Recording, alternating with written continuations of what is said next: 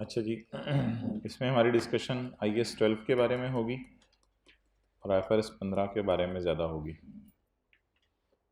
अच्छा जी, आज के नोट्स वो मैं कंसोलिडेशन की बातें रिज्यूम करता हूँ जो मेरी रहती हैं। फिलहाल IAS 12 का सवाल निकाल लें, page number 8। Following information has been gathered for preparing the disclosures related to tax. Accounting profit before taxes 1 to 70 on 1 January 2020 साल के पहले दिन LL acquired shares in Funny Limited for 70 million. तो इसने 70 मिलियन के शेयर्स खरीदे हैं। Investment account बनाते हैं, 70 मिलियन के शेयर खरीदे हैं। The investment is subsequently measure at fair value through profit and loss, और सब्सिक्वेंटली इसको मेजर करना है फेयर वैल्यू थ्रू P&L। अच्छा, FVTPL में आपको याद होगा जो P&L था उसमें दो चीज़ें जाती थी, एक तो इन्वेस्टमेंट का महंगा होना और दूसरा dividend income. The investment in FL was subsequently measured at FVTPL. During the year, SL received 4 million as dividend from FL. तो P&L में एक तो क्या होगा, डिविडेंड इनकम, कितना 4 million. At year end a gain of 10 million was recorded in as a fair value adjustment. तो gain कितना record हुआ 10, तो कैरी डाउन बैलेंसिंग 80। तो फेयर वैल्यू गेन कितना हुआ, इधर रख दो, फेयर वैल्यू गेन कितना हुआ 10, और बैलेंस शीट में क्या जाएगा 80। तो भैया ये नोट कर लें, ये मैंने आप समझ लें ये मैंने IFRS 9 का सवाल अभी करवाया। तो इंशाल्लाह IAS 12 की तरफ मैं मूव करता हूँ। कभी भी आपको IAS 12 का सवाल आ जाए ना, तो IAS 12 में कोई भी टॉपिक मिक्स कर दे, तो पहले नॉर्मल टॉपिक की P&L बैलेंस शीट तो सोच लेना, तो बस ये कैरिंग अमाउंट हो जाएगी, ये करंट टैक्स में उलट जाएंगे। वो इतनी सी बात, जल्दी जल्दी जल्दी। पेज नंबर 7 आज के नोट्स का 8।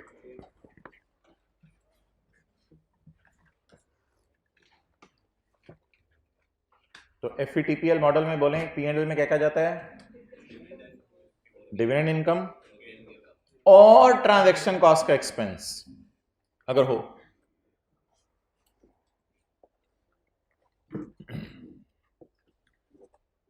अब बता दें करंट टैक्स में क्या उल्टाना है, 4 और 10, और कैरिंग अमाउंट क्या लेनी है 80। चलें जी, अब टैक्स वाले क्या कहते हैं यार वो पढ़ लें, अंडर टैक्स लॉस। ये बात पहले मैं क्यों नहीं पढ़ा था ये वाली अंडर टैक्स लॉस वाली, क्योंकि ये तो IAS 12 के एतबार से, पहले तो IFRS 9 का सवाल करें ना। तो under tax loss capital gain is taxable at the 15% at the time of sale. Capital gain आया या आएगा, आएगा कब आएगा, जब बेचेंगे। ये 10 कैपिटल गेन है, या कैपिटल गेन तब आता है जब चीज बेचते हैं। कैपिटल गेन होता है ऐसा गेन जब चीज बेचते हैं तब आता है। बल्कि जिन्होंने टैक्स पढ़ा हुआ है उनको पता है, इनकम फ्रॉम कैपिटल गेन का एक चैप्टर था जिसमें शेयर्स बेचने पे टैक्स आता था। तो टैक्स वाले कब टैक्स लगाएंगे, जब आप शेयर फिलहाल बेच दिए हैं या महंगे हो गए हैं, महंगे हो गए।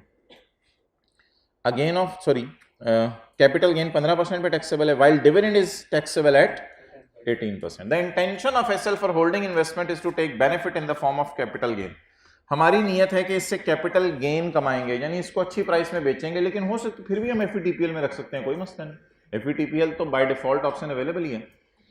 अच्छा जी, हमारी इंटेंशन है इंशाल्लाह कैपिटल गेन ही इससे कमाएंगे। इस लाइन का मतलब क्या है वो मैं अभी आपको बताता हूँ। तो IAS 12 के एतबार से शुरू करें जी। PBT बताएं कितना है, 1270। तो करंट टैक्स की वर्किंग, PBT कितना है 1270। जी भाईजान क्या उल्टाना है, डिविडेंड इनकम कितनी 4 की, और फेयर वैल्यू गेन, क्योंकि टैक्स वाले इस गेन को नहीं मानेंगे जब तक के कैपिटल गेन ना आ जाए। कैपिटल गेन क्या होता है, बेच के जब तक पैसे ना आ जाए तब तक टैक्स वाले इस गेन को नहीं मानेंगे। तो इस गेन को उल्टा दें। और भाईजान 4 को मैंने इसलिए माइनस नहीं किया कि ये एग्जेम्प्ट है, 4 को मैंने इसलिए माइनस किया कि इस पे लग रेट है, इस पे लग रेट है। अब इंशाल्लाह जब वर्किंग का एंड होगा ना तो मुझे याद करिएगा 4 को दोबारा मैं ऐड करूंगा, और 4 पे रेट जनरल नहीं लगेगा। ठीक है, ये पहली बात हो गई। अबे टैक्स वालों, तुम क्या इनकम में डालोगे? उन्होंने कहा हम 4 पे टैक्स लगाएंगे। मैं 4 इधर नहीं लिख रहा, मैं 4 इधर नहीं लिख रहा, इसको नीचे जाके लिखूंगा क्योंकि इस पे टैक्स अलग रेट है। अबे टैक्स वालों, इस 10 को तुमने उल्टा दिए तो तुम महंगे होने को मान रहे हो। महंगे होने को हम नहीं मान रहे, जब कभी बिकेगा तो यहां गेन आ जाएगा। वो हो सकता है 2 साल 4 साल बाद बिके, तो इस 10 के मुकाबले 12 रुपए का गेन आ जाए, 13 रुपए का गेन आ जाए, वो जितना भी आए। तो इस 10 के मुकाबले 4 के मुकाबले में 4 मैं यहां नहीं लिख रहा, 4 के मुकाबले में 4 यहां लिखूंगा टैक्स वालों की नजर में, और 10 को मैं फिलहाल फारक कर रहा हूं। 10 पे फिर कभी गेन रिकॉर्ड करेंगे जब कभी एसेट बिक जाएगा। तो ये एक टेम्परेरी सा डिफरेंस है। डन। अब आ जाए कैरिंग अमाउंट टैक्स बेस में, DTL/A एज ऑन। बताएं जी। कैरिंग अमाउंट इन्वेस्टमेंट्स की 80। तो यार ये मैं कहता था कि कोई भी चीज IAS 12 में आ जाए ना आपके लिए जो नई हो, तो अकाउंटिंग वालों की बैलेंस शीट बना दें और अकाउंटिंग वालों का P&L उल्टा दें ताकि इजी मार्क्स तो गेन हो। अब सवाल पढ़ के बताएं, टैक्स वाले ये हमारे हवाई गेन्स को मानेंगे कि 70 वाली चीज 80 पे चली गई है, या टैक्स वाले इसको 70 पे ही शो करेंगे? हाँ, टैक्स वाले इसको 70 पे ही शो करेंगे।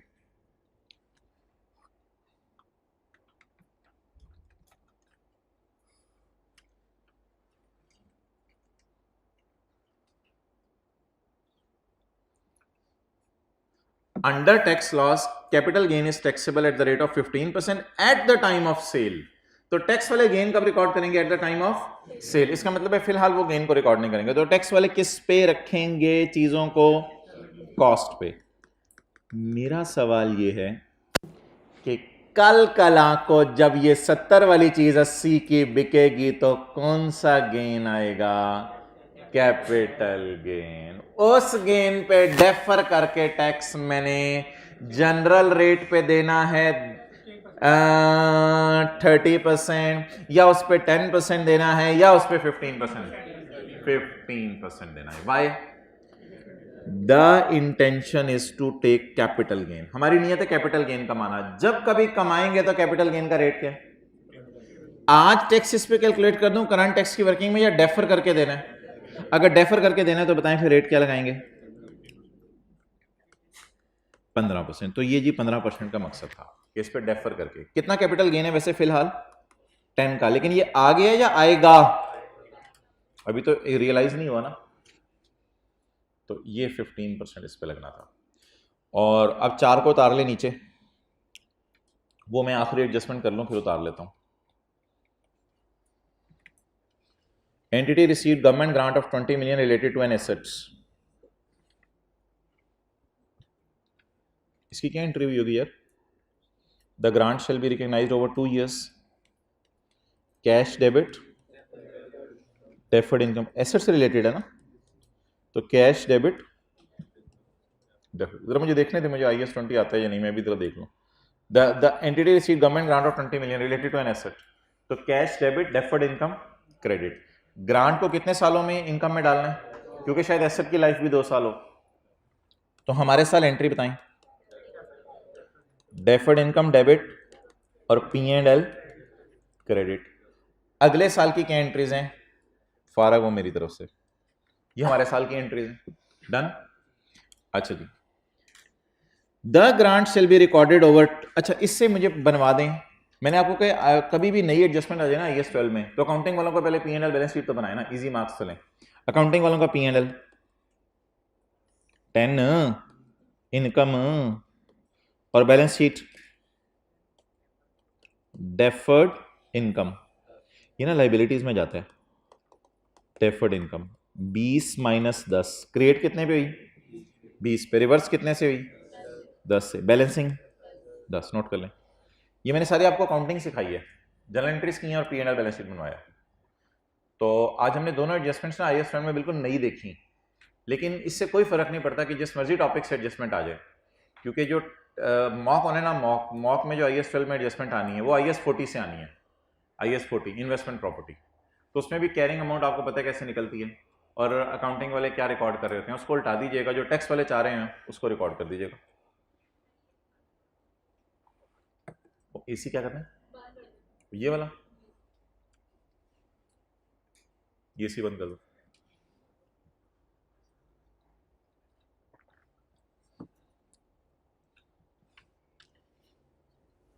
द ग्रांट इज ये छोड़ो छोड़ो छोड़ो छोड़ो छोड़ो छोड़ो, इसको मैं बाद में पढ़ता हूं। पहले क्या करें जी, पहले सिंपल मार्क्स लें। पी एंड एल को ना उल्टाइएगा। इनकम जो गई है ग्रांट की उसको उल्टा दें, कितना? डेफर्ड इनकम मोहतरम ये लाइबिलिटीज में जाता है जी। कितना? ये वो वाला 10 नहीं है जो इनकम में गया, ये बचा हुआ 10 है।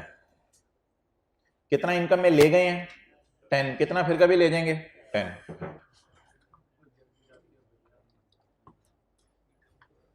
चले जी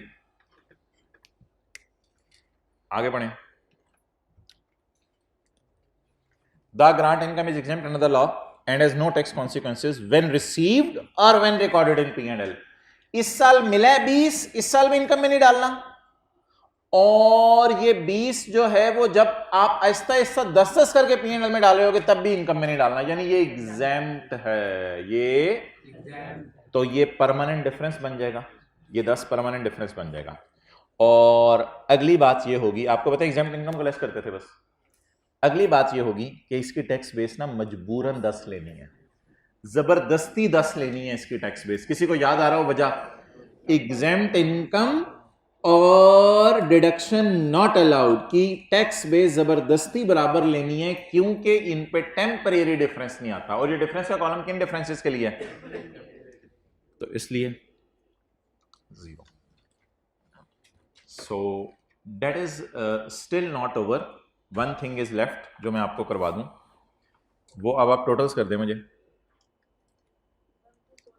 1 2 4 6।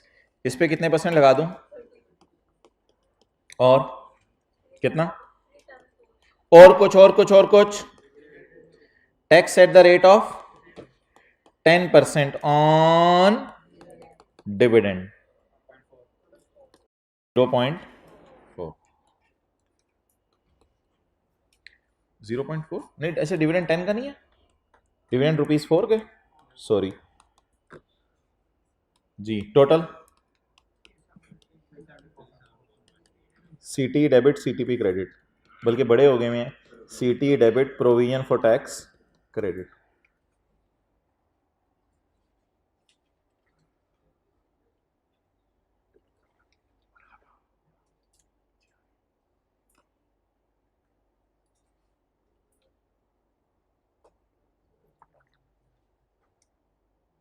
टीचर हैं ये? अच्छा लाइब्रेरी में आए हैं।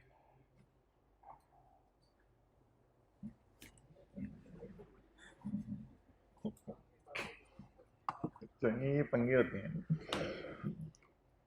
आप लोग भी करते हैं, प्रोजेक्टर को छेड़ा। अच्छा जी, अभी तो रेट लगाने की कोई जरूरत नहीं है, तो कितना बन जाएगा 10 का 15%? 1.5। ये हो जाएगा DTL as on, DTL as on.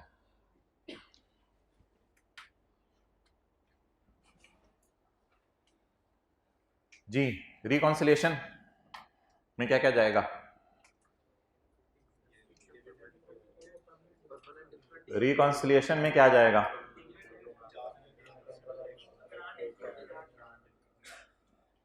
Reconciliation में क्या क्या जाएगा? 1 बाय 1 देखें। 4 पर 30% की बजाय 10 लग गया।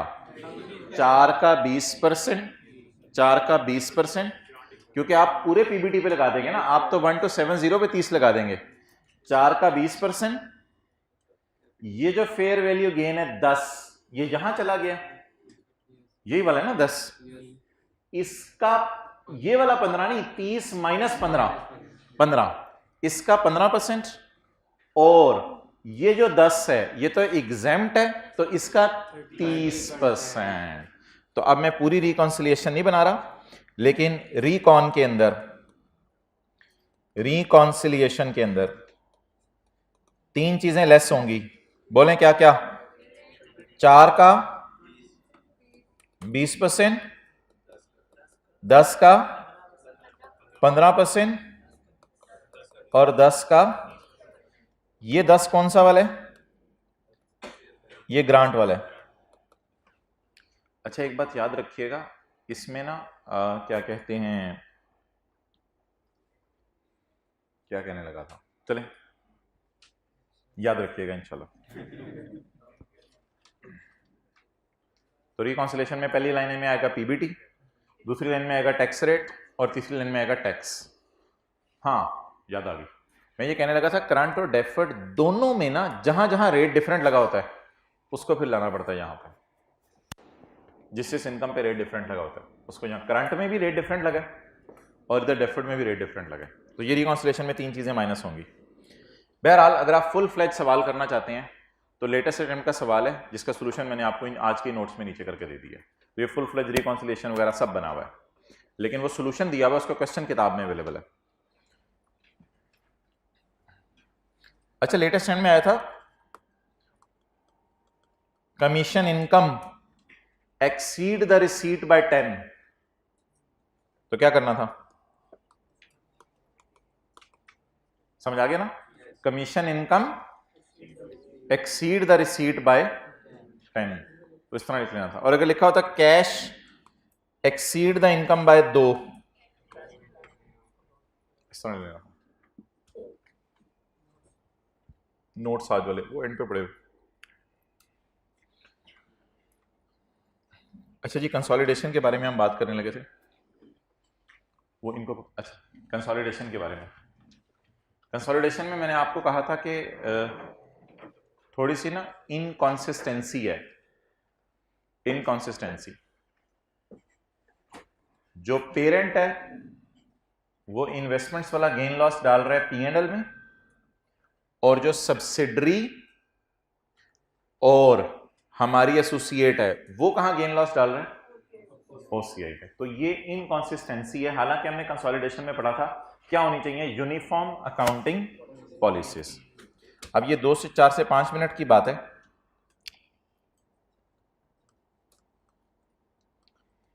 एक बात याद रखिएगा, ग्रुप में ना पी एंड एस आता है, A is not a part of group. ये डेफिनेशन एक स्टैंडर्ड में दी हुई है, वो मैं आपको डेफिनेशन लिखवा नहीं रहा। ग्रुप में सिर्फ क्या आता है? P and S. A is not a part of group, associate group का पार्ट नहीं है, वो बस एक छोटी सी हमारी इन्वेस्टमेंट है। इस बुनियाद पे मैं एक बात करने लगा हूं जो आपने तसल्ली से सुननी है, फिर ये नोट आप बाद में कीजिएगा सारा। एक आपके जहन में सवाल आ सकता है कि पेरेंट पीपी के लिए कॉस्ट मॉडल शायद यूज कर रहा है। सवाल ने लिखा नहीं हुआ, जब ऐसा सवाल आएगा तब वादे बताएगा। पेरेंट पीपी के लिए कॉस्ट मॉडल यूज कर रहे हैं, सब्सिडरी पीपी के लिए कॉस्ट मॉडल यूज कर रही है और एसोसिएट रिवैल्यूएशन मॉडल यूज कर रहा है। तो सर आप सारी चीजों को यूनिफॉर्म रखते और जो पेरेंट कर रहा था एसोसिएट को भी कहते वही करो, इस 100 को सिरे से उड़ा ही देते, इस 100 को फारिग कर देते, उस 100 को सवाल में लेते ही ना। ये जो 100 जमा 20 आपने किया है 120, तो इस 100 को फारिग कर देते। इसका जवाब मैंने आपको दे दिया है।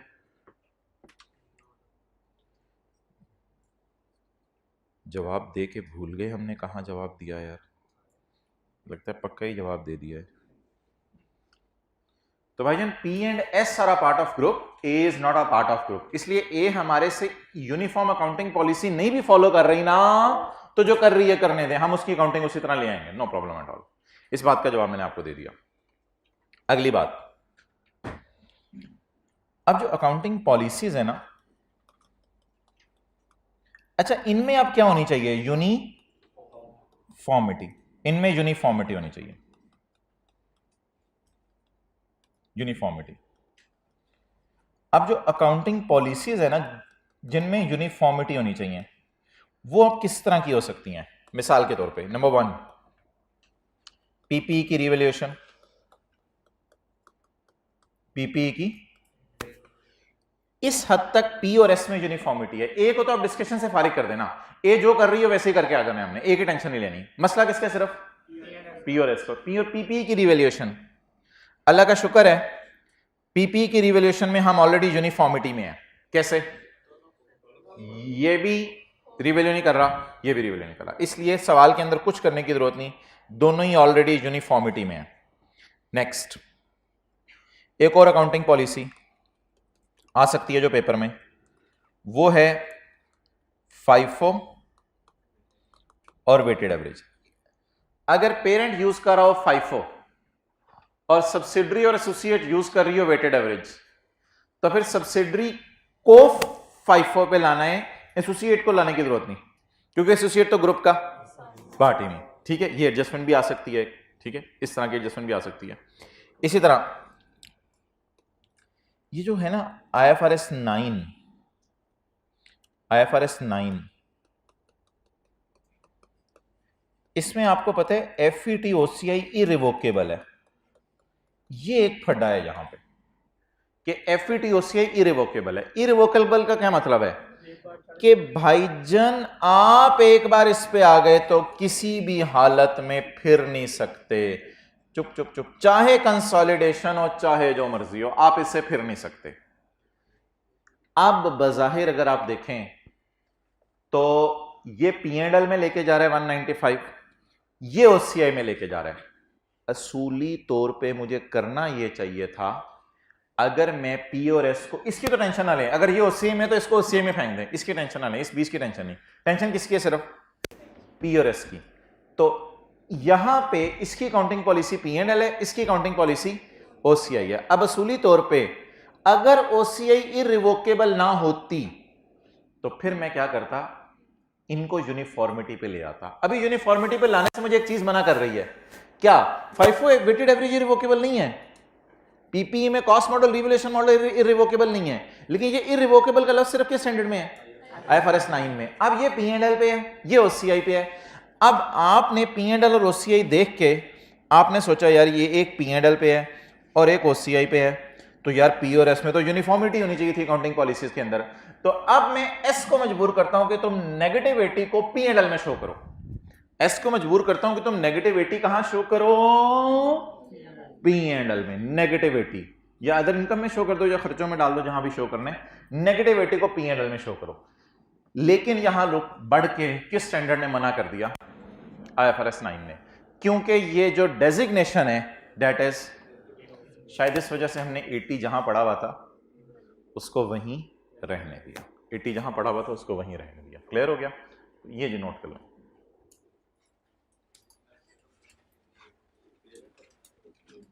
वो फिर उसकी मर्जी है, लाए ना लाए, लाने तो ले आए, सवाल कुछ कह दे तो ले आना।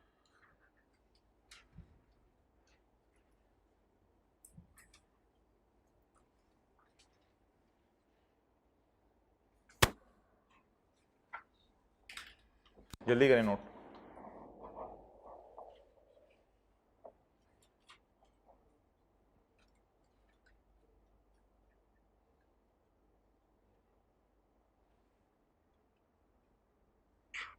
चलें जी, आ जाए।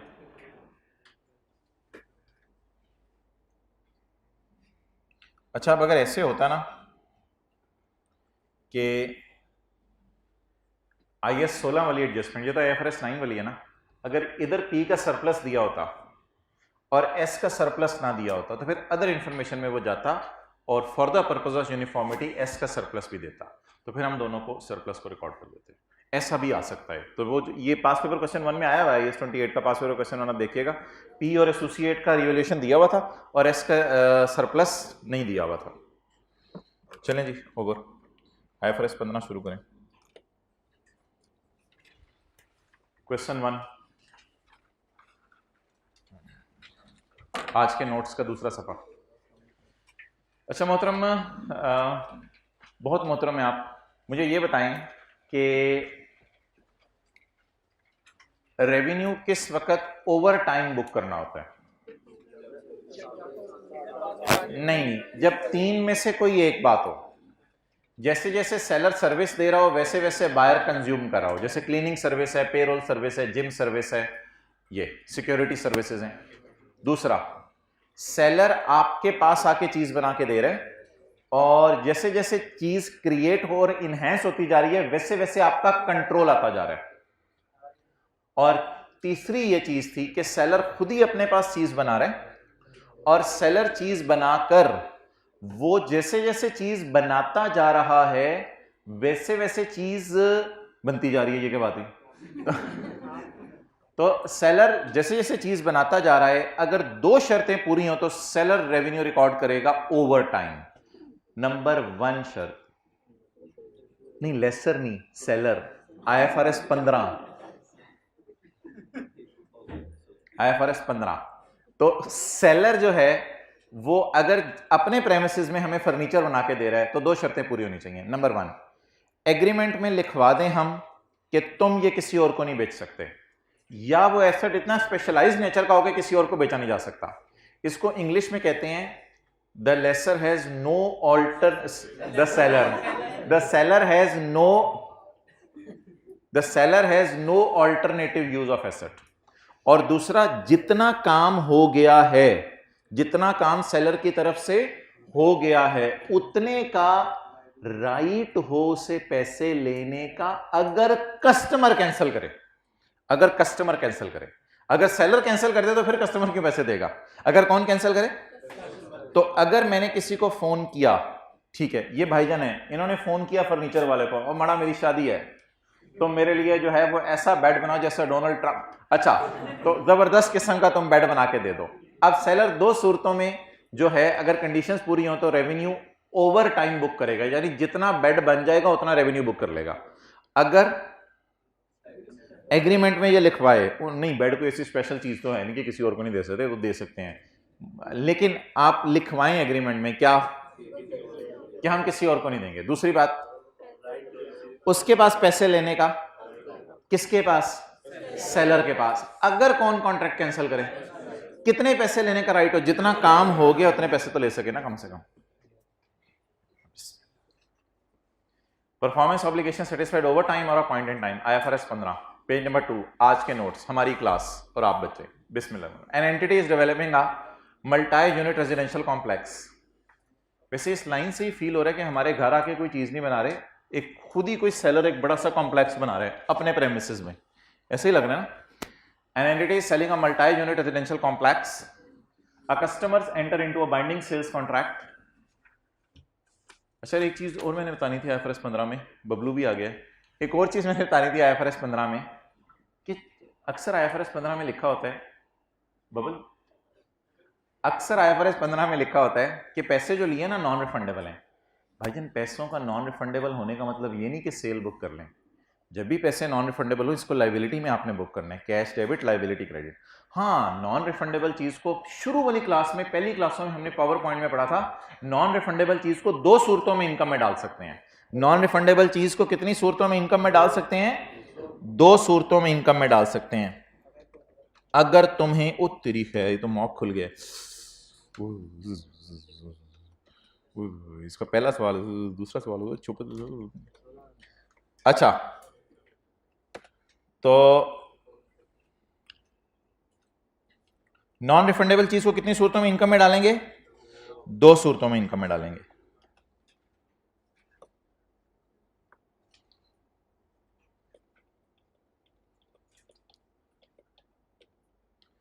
अगर कॉन्ट्रैक्ट टर्मिनेट हो जाए और पैसे क्या हो, और दूसरी चीज सेलर ने चीज बेच दी है, बायर ने पैसे दे दिए हैं, लेकिन एग्रीमेंट में फिर भी कोई मसला रह गया है, एग्रीमेंट के ड्राफ्टिंग में, साइन वगैरह में, लेकिन पैसे क्या हैं?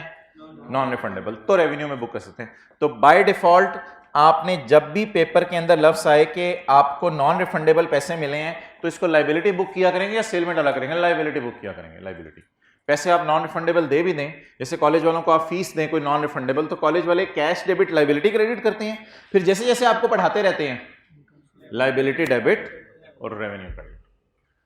An entity is developing a multi-unit residential complex. A customer entered into a binding sale agreement with the entity for a specified unit that is under construction. The contract inception is 1 January 2008. The price of 1 unit is 30 lakh, the expected date of delivery is 31 December 2009।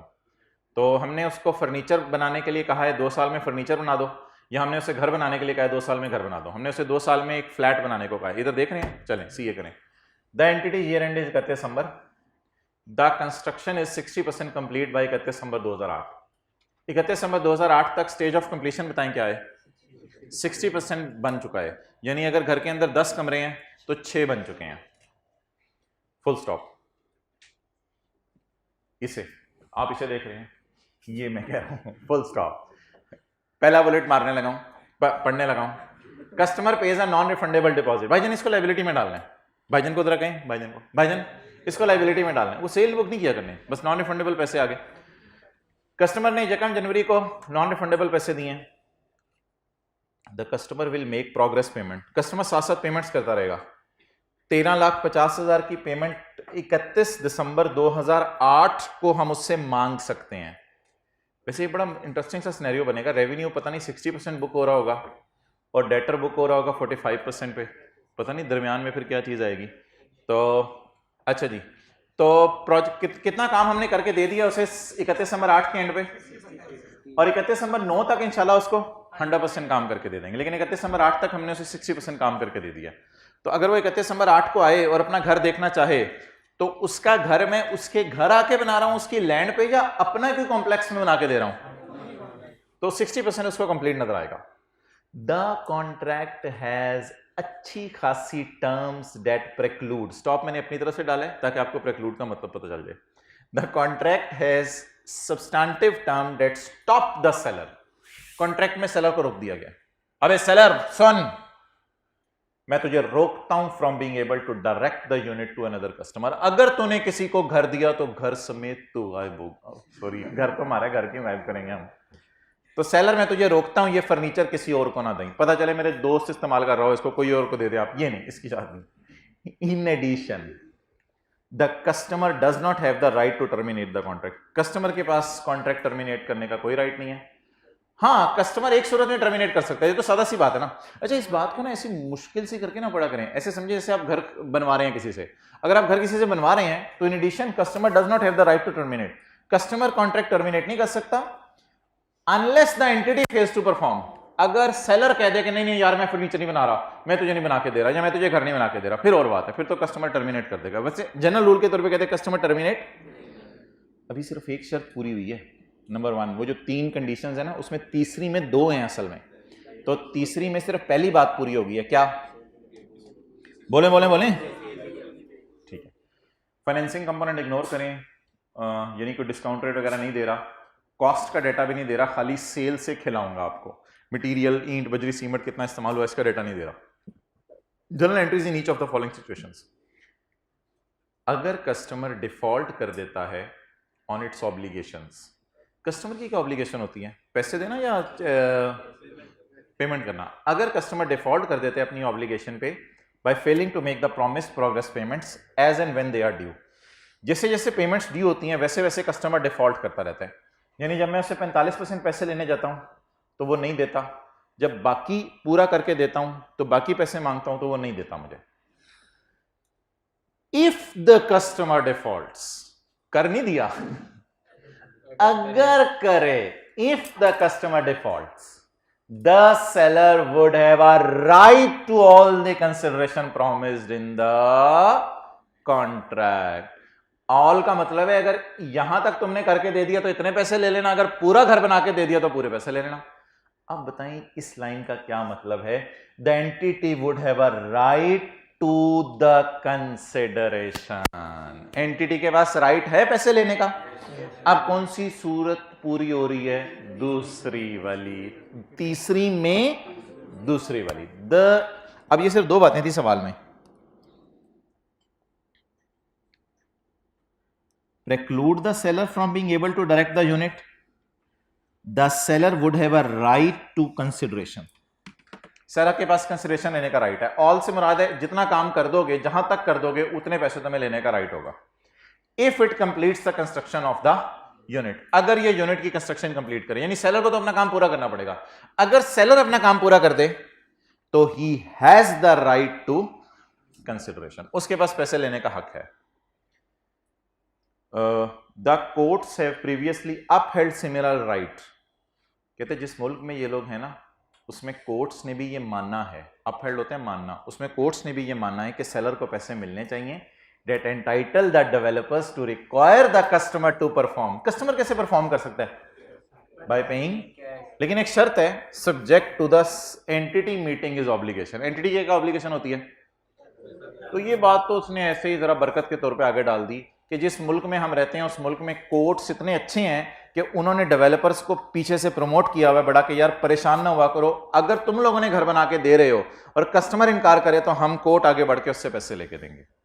आप बता दें क्या ये yellow वाली लाइनें पढ़ के जो सेल है वो जैसे जैसे चीज बनती जाए वैसे वैसे बुक करते रहें या डिलीवरी पे सेल बुक करें? ओवर द टाइम बुक करें। क्लियर हो गया? चलें जी, पहला सवाल सॉल्व करते हैं। अब आप मुझे बता दें रेवेन्यू कितना है मेरा? 30 लाख। उसमें से कितना पैसा यकम जनवरी 8 को मिल गया? 10%। पहली एंट्री बताएं।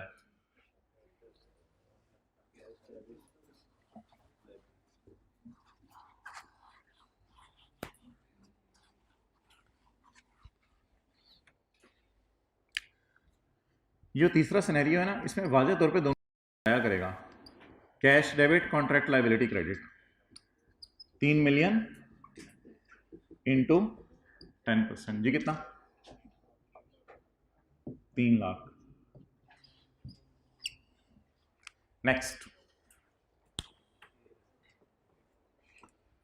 Year end. ईयर एंड पे खड़े होकर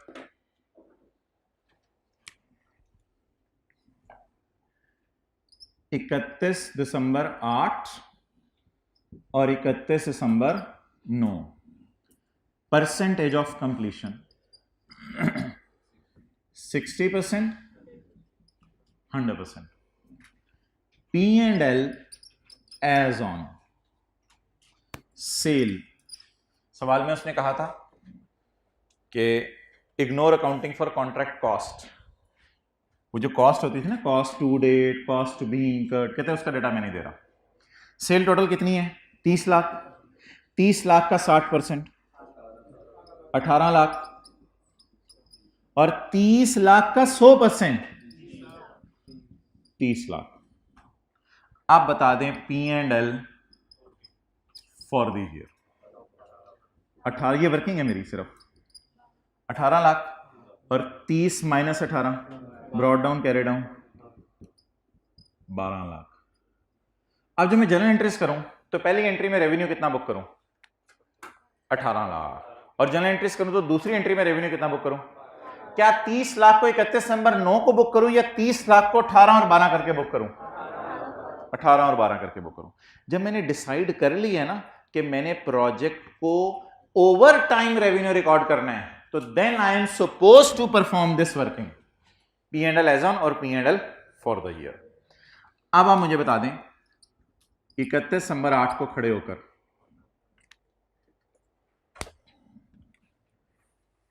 अच्छा इसमें उसने डिफॉल्ट कर नहीं दिया कस्टमर ने। कहते अगर कस्टमर, ये एग्रीमेंट का हिस्सा है चीजें, अगर कस्टमर डिफॉल्ट करे तो तुम्हारा राइट है पैसे लेने का। तो ये असल में वो कंडीशन समझाना चाह रहा था, ना कि कस्टमर ने डिफॉल्ट कर दिया। तो बताएं जी, अब इस दिन कस्टमर से पैसे लेने हैं या लेटर बुक करना है? The entity year and is 31 December and the customer will make payment on 31 December 2008 and 31 December 2009। Will make payment of 13,50,000 on 31 December 2008 and 31 December 2009 each का मतलब पता है क्या है? 45 से 45 90% पैसे इसने और देने हैं क्योंकि 10% दे चुका है। अब आप मुझे बताएं पेमेंट कस्टमर से कितनी आएगी? 13,50,000 13,50,000 एज पर क्वेश्चन। और रेवेन्यू कितना बुक होगा? 18 लाख। क्या मैं कस्टमर से और पैसे मांग सकता हूं? क्या मैं कस्टमर से और पैसे मांग सकता हूं या एज पर एग्रीमेंट इतना ही मांग सकता हूं? 13,50 ही मांग सकता हूं, 13,50 ही मांग सकता हूं। एज पर एग्रीमेंट कोर्ट जाके मैं और पैसे नहीं मांग सकता, क्योंकि पैसे कैसे मिलने हैं? 10%, 45%, 45%। I have no right to receive money, I have no right to receive money. मैं डेटर बुक नहीं कर सकता, लेकिन एक काम पहले मुझे करवा दें, वो लाइबिलिटी को तो खत्म कर दें किताबों से, लाइबिलिटी को फौरन किताबों से खत्म कर दें। आपने क्या कोई चीज बना के देनी है, बना के दे दी, तो लाइबिलिटी 3 लाख आ रही है, रेवेन्यू 18 लाख आ रहा है, लाइबिलिटी को फौरन खत्म कर दें। लाइबिलिटी को आस्ते आस्ते खत्म करने की जरूरत नहीं, लाइबिलिटी जब पहली सेल हो जाए ना उसी वक्त खत्म कर दिया करें। जैसे कॉलेज वालों ने आपसे 2000 पकड़े, अब इस 2000 को 6 महीने में खत्म करने की जरूरत नहीं, अगर एडवांस पकड़े हैं पैसे, इस 2000 को पहले महीने में खत्म कर दें, जैसे पहले महीने पढ़ा दिया। तो इस लाइबिलिटी को पहले तो किताबों से खत्म करें। कितना? 3 लाख। तो मेरे ख्याल से कुछ पैसे हम ले चुके थे और कुछ पैसे और ले लिए। अब ये एंट्री टैली नहीं हो रही। क्या 1.5 लाख के बारे में आप मेरे से एग्री करते हैं कि मैं 31 दिसंबर 8 को कह सकता हूं कोर्ट में जाके इसे पैसे दो, पैसे दो, पैसे दो? वो कहेगा भाईजान एग्रीमेंट पढ़ो। You have the right to demand payment on 31 December 9। Payment terms देखा करें ना। अगर एग्रीमेंट में लिख दिया है, अगर मिसाल के तौर पे कॉलेज वाले ये कहें आपको कि यार पहली किस्त आपने दे दी है, दूसरी किस्त आपने सेशन एंड के वक्त देनी है, तो कॉलेज वाले दूसरे महीने के एंड पे आके कह सकते हैं ये मेरा डेटर है। लेकिन 2 महीने पढ़ा दिए, दिल की आवाज है कॉलेज वालों की कि ये पैसे देगा। अब थोड़ा सा जरा अकल लगाएं और मुझे बताएं कि मैंने उससे कुछ पैसे इस दिन ले लिए 10%, 45% इस दिन लेने हैं और 45% इस दिन लेने हैं। अब अगर इस दिन मेरी सेल ज्यादा है किसी वजह से, क्योंकि मैंने काम ज्यादा करके दे दिया, अच्छा काम किया, जल्दी काम करके दे दिया, अगर मैंने काम उससे ज्यादा करके दे दिया है, तो as per the agreement payment कितनी मांग सकता हूं? 45। तो मेरे ख्याल से 45% और 10%, 55% पैसे मैंने उससे ले लिए। बाकी जो पैसे हैं वो मैं डेटर में डेबिट नहीं कर सकता। क्यों नहीं डेबिट कर सकता? क्योंकि as per payment terms the remaining 45% के बारे में मैं उससे खड़े होकर कह सकता हूं कि मुझे दो, या वो कहेगा ये तुम मुझे मांग सकते 31 दिसंबर 9 को। अगर 31 दिसंबर 9 को भी वो ये पैसे ना दे तो तब मैं उसको डेटर में डालूंगा। आप बता दें मैं बैलेंसिंग एंट्री डेटर में डालूं या कॉन्ट्रैक्ट एसेट में? कॉन्ट्रैक्ट एसेट जी। 150,000। अच्छा यार, मैं आखिरी बात कर रहा हूं अब। असल में ना होता ये था पुराने स्टैंडर्ड में कि हम ना चीजें ज्यादा बेच देते थे और हम डेटर बुक कर लेते थे। अब वो 31/12/8 को आके मेरी बैलेंस शीट देखता था और कहता था ये पैसे किससे लेने हैं? आप कहते थे तुम्हारे से। वो कहता तो कौन से पैसे? वो तो एग्रीमेंट में लिखा हुआ है, you have no right to demand the payment unless 31 December 2009 arrives. हम कहते थे हाँ ये बात तो ठीक है। तो इसलिए स्टैंडर्ड ने कॉन्सेप्ट इंट्रोड्यूस कराया, पेमेंट्स अलग चल रही होती हैं। बोले रेवेन्यू इस बेस पे चल रहा होता है, रेवेन्यू इस बेस पे चल रहा होता है और पेमेंट्स अलग बेसिस पे चल रही होती है। I have no right to demand the money, therefore I can not debit debtor. तो बता दें अब ये किस पे डिपेंडेंट है ये पेमेंट? 31 दिसंबर 9 की तारीख आएगी और मैं उसको चीज बना के दे दूंगा और फिर उससे बिल मांग सकूंगा ना, तो अब ये फ्यूचर पर डिपेंडेंट होगी। 31 दिसंबर 9 को क्या करेंगे? पहले तो रेवेन्यू बुक करें ना, पेपर में इजी मार्क्स लें। रेवेन्यू कितना? 12 लाख बुक करें। नेक्स्ट कैश उससे ले लें 45%। पहले कैश रेवेन्यू की तो सादा सादा एंट्री किया करें, आया कमाया, आया कमाया, आय और कमाई की तो एंट्री करें। वो 1385 45% आना ना। असल में 10 आ गया था, 45 इधर आना है और 45 2 दफा आने ऑन 31 दिसंबर 8, ऑन 31 दिसंबर 9। आप बता दें एंट्री कोई काउंट पीछे पड़ा है तो देखने को बैलेंसिंग डिफरेंस कितना आ रहा है? 1.5 लाख का ही आ रहा है। और कोई अकाउंट ऐसा पड़ा है जो कि अनबैलेंस्ड है अभी तक? कॉन्ट्रैक्ट एसेट, उसको खत्म कर दें बस। अब हमारे दिल में आवाज नहीं होनी चाहिए पैसे देने की, क्योंकि उसने पैसे दे दिए जी। 1.5 लाख। इसकी जो कॉन्ट्रैक्ट एसेट वाली साइड है ना, इसकी एक एंट्री मैंने आपको एक और सवाल में करके जरा समझानी है दोबारा। तो ये जरा कॉन्ट्रैक्ट एसेट वाली साइड को साइड पे रखें, ये एक और सवाल में करके इसकी प्रैक्टिस करते हैं। रेवेन्यू समझ आया कि कैसे बुक हो रहे हैं? तो सवाल में कितनी शराइत पूरी हो रही थी? 2। तो 2 शराइत पूरी होने की वजह से हमने रेवेन्यू ओवर टाइम बुक किया या eight a point in time? इस सवाल में अगर रेवेन्यू बुक करना होता at a point in time तो क्या करते? क्या करते? Cash debit contract liability credit कितने से? 3 लाख से। अगली entry cash debit 13,50,000। Excellent. Contract liability credit 13,50,000, क्योंकि रेवेन्यू तो बुक हो नहीं रहा। याद रखिएगा कॉन्ट्रैक्ट ऐसा सिर्फ तब डेबिट होता है जब रेवेन्यू बुक हो, कि सर्विसेज ज्यादा दे दी हैं और पैसे लेने का हक नहीं बना अभी। तो क्या एंट्री होती? बोलेंगे ओ पुत्र cash debit contract liability credit.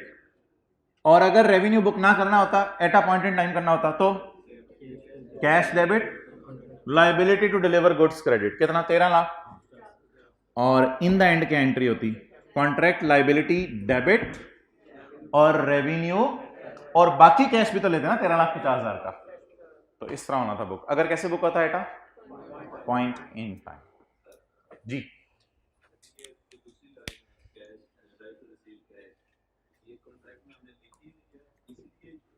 जी ये कॉन्ट्रैक्ट का पार्ट है। फिर वो इस बात को साथ लिख के बताता, इसी बात से आगे लिंक हो रही है, वो कोर्ट वाली बात इसके साथ लिख के बताएगा।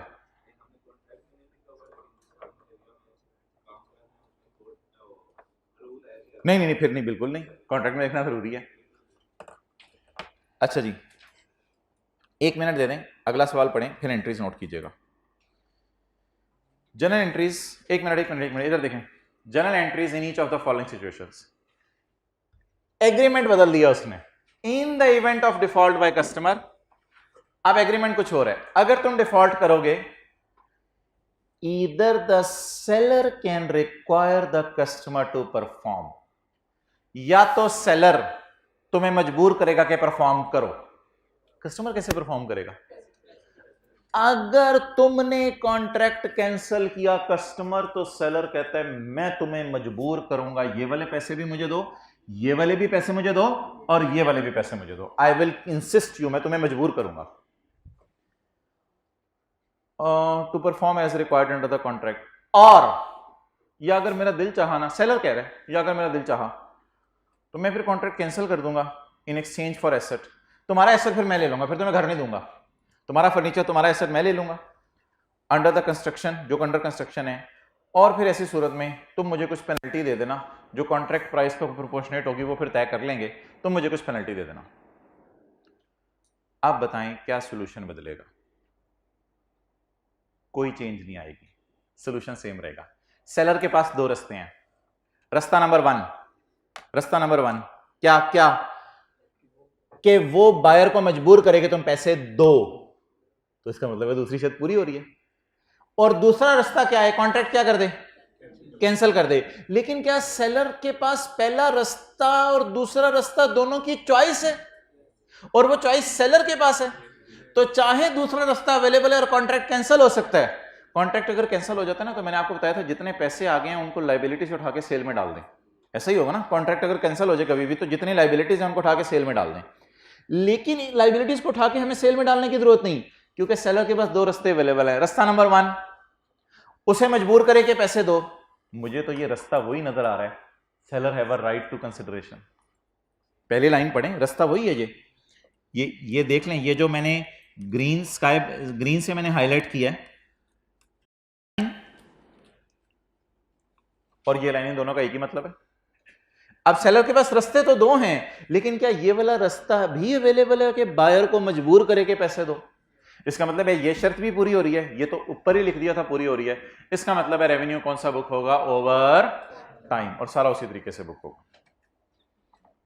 लेकिन अगर सेलर के पास रास्ता ही एक होता कि तुम कॉन्ट्रैक्ट जब कैंसिल होगा तो मैं तुम्हारा चीज ले लूंगा और चीज लेके तुम्हें पैसे रिफंड नहीं करूंगा, वापस नहीं करूंगा, तो ऐसी सूरत में फिर जो भी कॉन्ट्रैक्ट लायबिलिटी होती, जिस स्टेज पे भी एग्रीमेंट कैंसिल होता, उस कॉन्ट्रैक्ट लायबिलिटी को हम उठा के कहां डाल देते?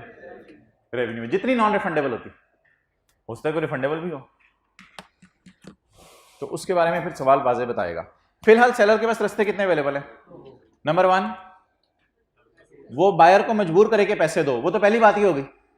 और रास्ता नंबर 2, लेकिन क्या स्टिल ये वाला रास्ता स्टिल अवेलेबल है ना, तो हो सकता है आप एग्रीमेंट इस तरह रूट करा लें। नोट कर लें, आप कैमरा उधर कर दो।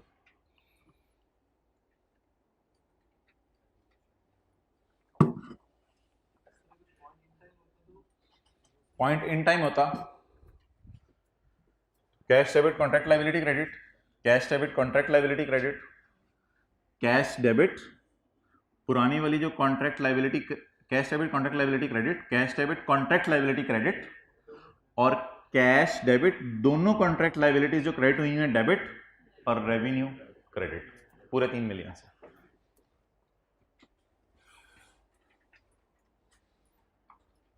अच्छा जी, अब मैं 2 सवाल आपको कराने लगा हूं। एक में रेवेन्यू साइड वाली रिवीजन करानी है और एक में कॉन्ट्रैक्ट एसेट वाली रिवीजन करवानी है। किताब का निकालें पेज नंबर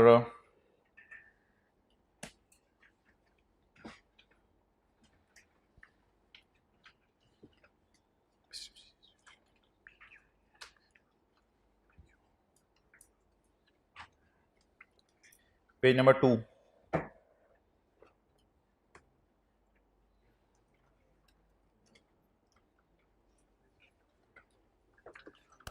ऑन यकम जनवरी 2014, किताब का पेज नंबर 2 से मुराद है पेज 316।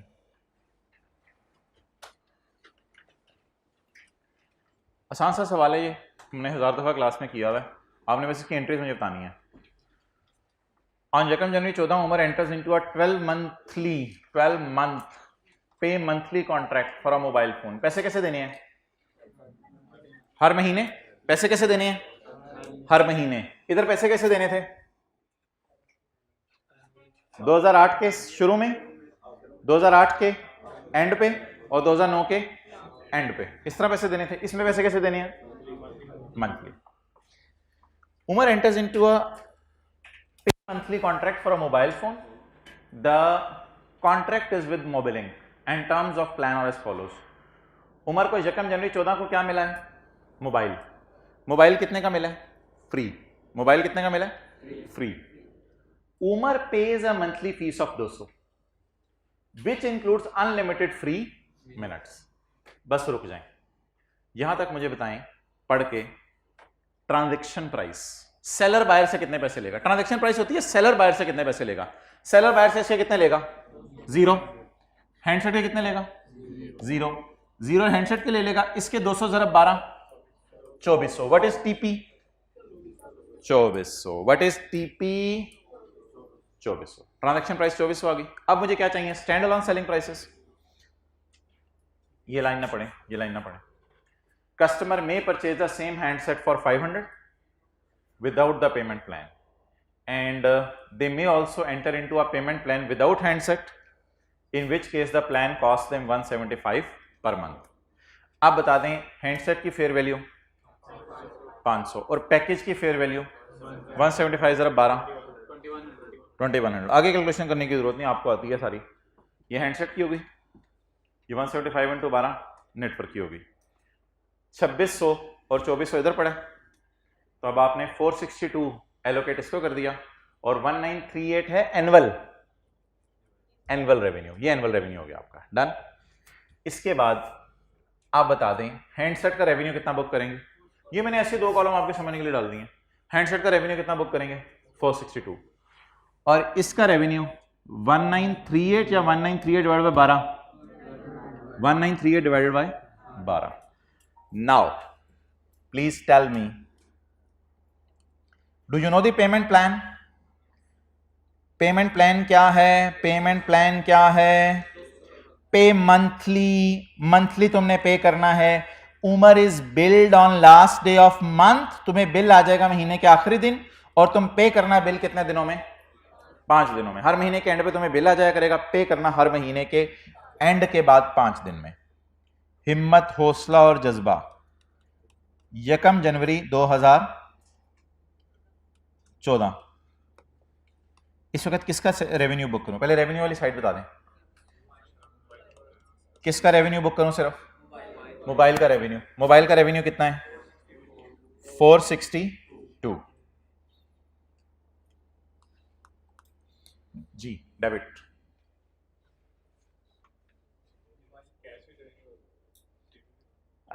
मेरे भाई कैश में तब रिकॉर्ड करता जब सारा कैश इकट्ठा आ रहा होता। क्लास में मैंने 2 सवाल कराए थे, पहली क्लास में 2 सवाल कराए थे मैंने, दोनों में कैश एडवांस में आ रहा था। उसमें फिर पता है हम क्या करते थे? Cash debit, revenue of mobile credit, contract liability to provide service credit. इस सवाल में और उन सवालों में क्या फर्क है जो क्लास में करवाए थे? क्लास में पे मंथली नहीं होता था, सारा पैसा एडवांस में आता था। तो हम एंट्री करते थे cash debit, revenue from sale of car credit and contract liability to provide maintenance service credit. इस सवाल में पे मंथली है, क्या डेबिट करूं? यार रिसीवेबल बुक करने का मतलब पता है क्या है? मैं उससे कहूंगा कि कोर्ट में जाके 1 जनवरी को I have right to receive money from you, he will say guy no, you have no right to receive money. Why? It is a pay monthly contract. Please go and watch Urdu. जाओ और जाके payment terms देखो। Payment terms में तुमने अपने मुंह से बोला है कि मेरा पैसे लेने का राइट कब बना करेगा? हर महीने के एंड पे। पेमेंट और रेवेन्यू को मिक्स ना करें, पेमेंट टर्म्स को अलग चलाएं, रेवेन्यू को अलग चलाएं। इधर भी तो यही था, मैं रेवेन्यू बुक कर रहा था और पेमेंट मेरी सिर्फ इतनी थी, बाकी को मैंने रिसीवेबल में नहीं डाला था। अब बताएं मेरी पेमेंट टर्म्स क्या हैं? पे मंथली। क्या 1 जनवरी को अगर मैं बैलेंस शीट अपनी बनाऊं या 2 जनवरी को अपनी बैलेंस शीट बनाऊं तो क्या मैं उसे कह सकता हूं कोर्ट में जाके मोबाइल के पैसे दो? क्योंकि कौन सा मोबाइल हो भाईजान? मोबाइल तो आपने मुझे दे दिए, लेकिन बिलिंग आपको पता है मंथली होनी है, और मोबाइल आपने मुझे फ्री दिया है। सॉरी, कौन से मोबाइल के पैसे मांग रहे हैं आप? मोबाइल तो आपने मुझे फ्री में दिया।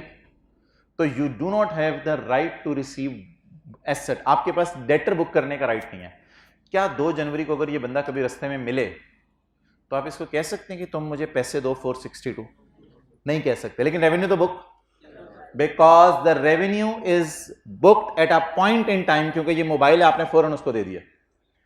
आप बता दें मैं क्या डेबिट करूं? मेरे पास पैसे लेने का हक नहीं है, महीने के एंड तक पैसे लेने का हक मेरे पास नहीं है, लेकिन मैंने रेवेन्यू बुक कर लिया। आप फंस गया, मैं क्या डेबिट करूं?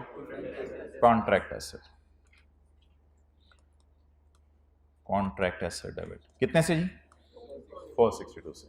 अच्छा जी, 31 जनवरी को, हिम्मत हिम्मत हौसला, 31 जनवरी को बोले बोले बोले बोले, खुदा का खौफ करें। कैश कहां से आ गया? कैश तो उसने 5 को दिया करना है। अब उससे मैं पैसे मांगूंगा, चल बड़ी आजा।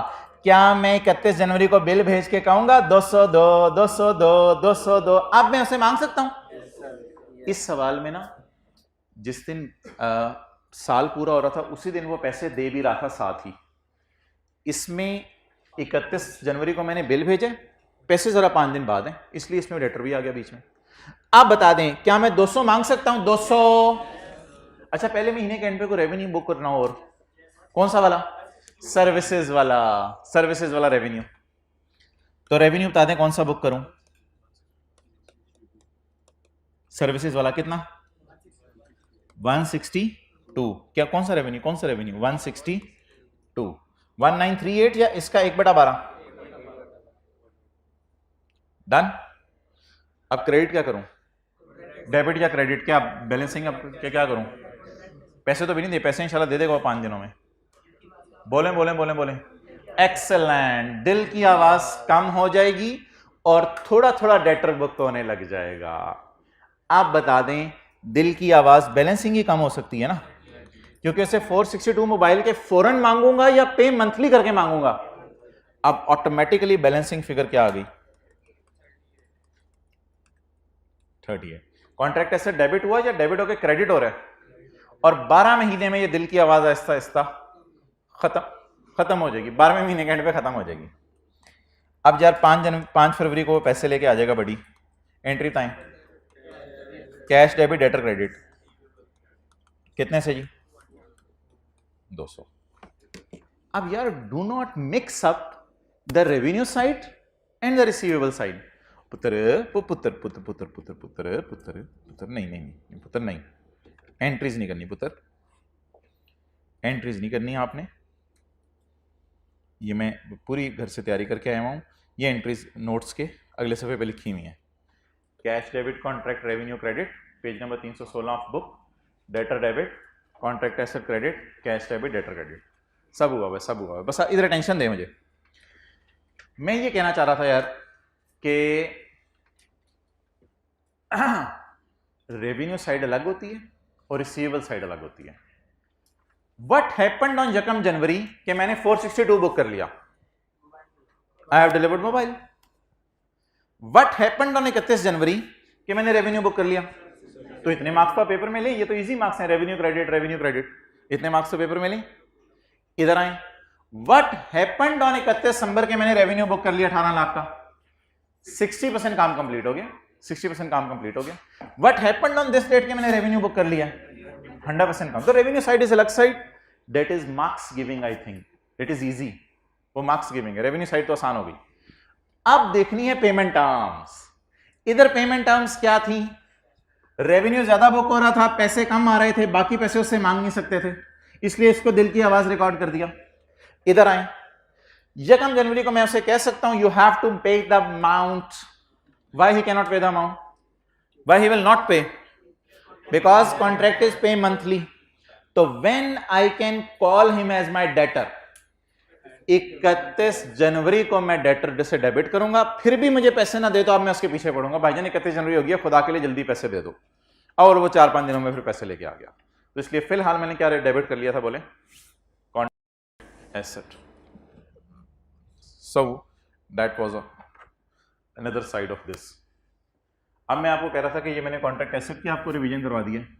अब मैं जरा एक सवाल आपको दिखाने लगा जिसमें रेवेन्यू की रिवीजन करानी है। पास्ट पेपर का क्वेश्चन 9 खोलें, खुशहाल वाला,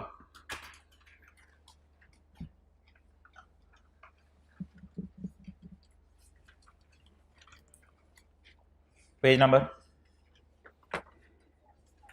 275।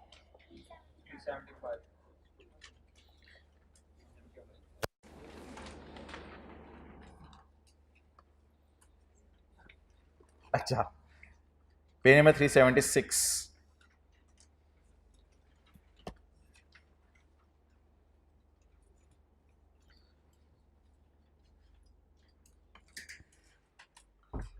ऑन यकम अक्टूबर 2018, इस साल आपकी क्लास में हुआ है। ऑन यकम October 2018,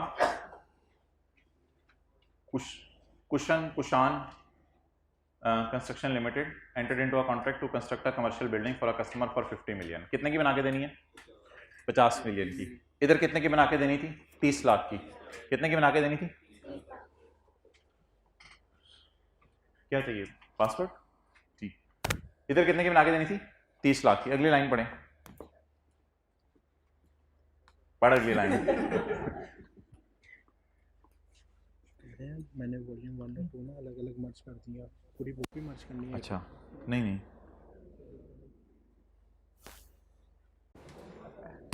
entered into a contract 50 million, bonus of 10 million अगर बिल्डिंग मुकम्मल होगी टाइम पे। 30 जून 19 तक हमारा अंदाजा था कि बिल्डिंग टाइम पे मुकम्मल हो जाएगी, इसलिए मैंने रेवेन्यू टोटल रखा था 60। However due to bad weather, अन्नी बारिशें और अन्ना Shahbaz Sharif involve in regulatory approvals, the building was completed late, लेकिन बिल्डिंग लेट मुकम्मल हुई, इसलिए अगले साल मेरा रेवेन्यू का अंदाजा कितना हो गया, 50। अब सवाल यह है कि बिल्डिंग मुकम्मल हुई है 28 फरवरी को, total cost of 42, total cost 42, जिसमें से हमारे साल कितनी हुई 26, तो इस साल कितनी हुई थी 16, लेकिन हमारा अंदाजा था कि कॉस्ट कितनी इनकर होगी 40 की। ये सारा डेटा मैंने आपके सामने रखा था। अब सवाल की रिक्वायरमेंट पढ़ते हैं। आप जरा थोड़ा सा ना साइड पे हो, हम नीचे देखना चाह रहे हैं क्या है, और थोड़ा सा साइड, आपको समझ नहीं आ रही, साइड पे तशरीफ ले जाएं। Compute the profit to be recognized if PO is satisfied over time. If PO is satisfied, यानी कि शायद वो हमें जो घर बना के दे रहे, जैसे जैसे बना के दे रहे वैसे वैसे रेवेन्यू बुक करवाना चाह रहे हैं। ये हमने क्लास में किया था, अब हम आज क्लास में ही दोबारा करने लगे हैं। क्या PO इज सेटिस्फाइड एटा। आप बता दें भाईजान, रेवेन्यू होले होले बुक करेंगे जिस तरह उस दिन किया था, या रेवेन्यू एकदम बुक करेंगे? कब बुक करेंगे रेवेन्यू? 30 जून 20, 30 जून 20 को 30 जून 20 के साल में बुक करेंगे। 28 फरवरी 2020 को 31/12/9 को जैसे मैंने कहा था पूरा रेवेन्यू बुक कर दे 30 लाख, तो इस रेवेन्यू को भी आप लेट करके बुक करें। डन।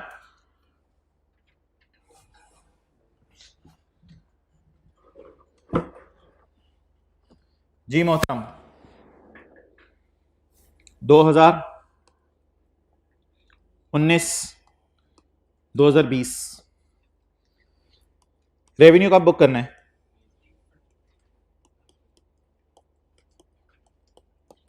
दो 2020 में। आप बता दीजिए कितना बुक करूं? अब तो पता चल गया, 60 बुक करूं 50 बुक करूं? ये लाइनें कहां से आ गई इसमें? पेज कौन से बताएं जी? पहले साल बुक करूं रेवेन्यू, दूसरे साल बुक करूं? दूसरे साल बुक करें।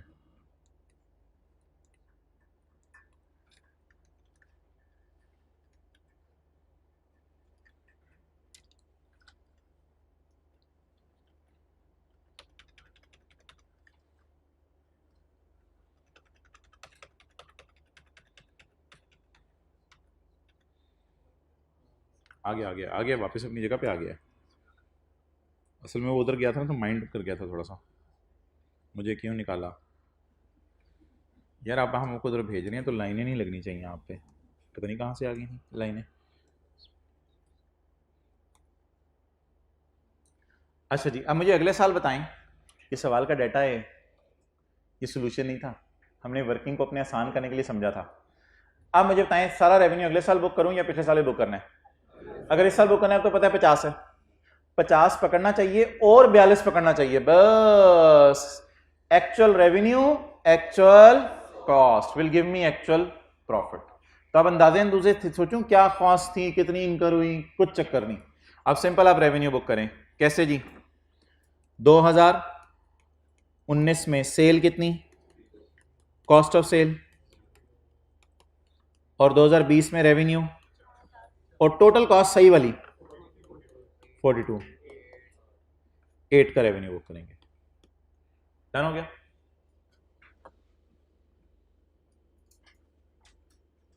थोड़ा सा तंग करूं आप, करने दो यार। अच्छा, इसमें ना जनरल एंट्रीज मुझे बता दें। एक सवाल मैंने क्लास में करवाया था जिसमें कॉन्ट्रैक्ट कॉस्ट की जनरल एंट्रीज आपको करवाई थी, तो दूसरे वाले सिनेरियो में ना ज़रा जनरल एंट्रीज मुझे करवा दें। यार पहले साल खर्चा कितना हुआ है? मुझे सेल का नहीं पता क्योंकि उसने सेल के पैसे कैसे कैसे आ रहे हैं वो मुझे नहीं पता। पेमेंट टर्म्स बताई नहीं है सवाल में, पेमेंट टर्म्स नहीं बताई नहीं सेल की, तो बस मुझे सिर्फ कॉन्ट्रैक्ट कॉस्ट की एंट्रीज बता दें। पहले साल एक्चुअल खर्चा कितना हुआ था? 26 हुआ था पहले साल एक्चुअल खर्चा, ये तो मुझे पता होगा ना। तो पहले साल की एंट्रीज क्या बनेगी? मैं पॉइंट ओवर टाइम की बात नहीं कर रहा, पॉइंट इन टाइम की बात कर रहा हूं। यार खर्चा हुआ एंट्रीज तो हुई होंगी ना। कॉन्ट्रैक्ट एसेट नहीं हो भाई, वो रेवेन्यू के साथ लिंक होती है चीज। कॉन्ट्रैक्ट कॉस्ट कितनी? 26। ईंट बजरी सीमेंट खरीदा होगा, और ये कॉन्ट्रैक्ट कॉस्ट परचेज टाइप चीज है। कॉस्ट ऑफ सेल बनाते हुए यही परचेज में चली जाएगी और यही क्लोजिंग स्टॉक में पड़ी रह जाएगी और बैलेंस शीट में नजर आएगी। ऐसे ही है ना contract cost, work in progress, जो मर्जी समझ लो, इसको इन्वेंट्री समझ लो। मैंने कहा था इसको इन्वेंट्री भी लिख सकते हैं आप। तो यही मेरे क्लोजिंग स्टॉक में चली जाएगी। डन। अच्छा जी, ये पहले साल की एंट्रीज हो गई। और दूसरे साल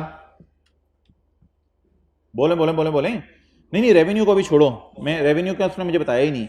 दूसरे साल contract cost work in progress कितने से?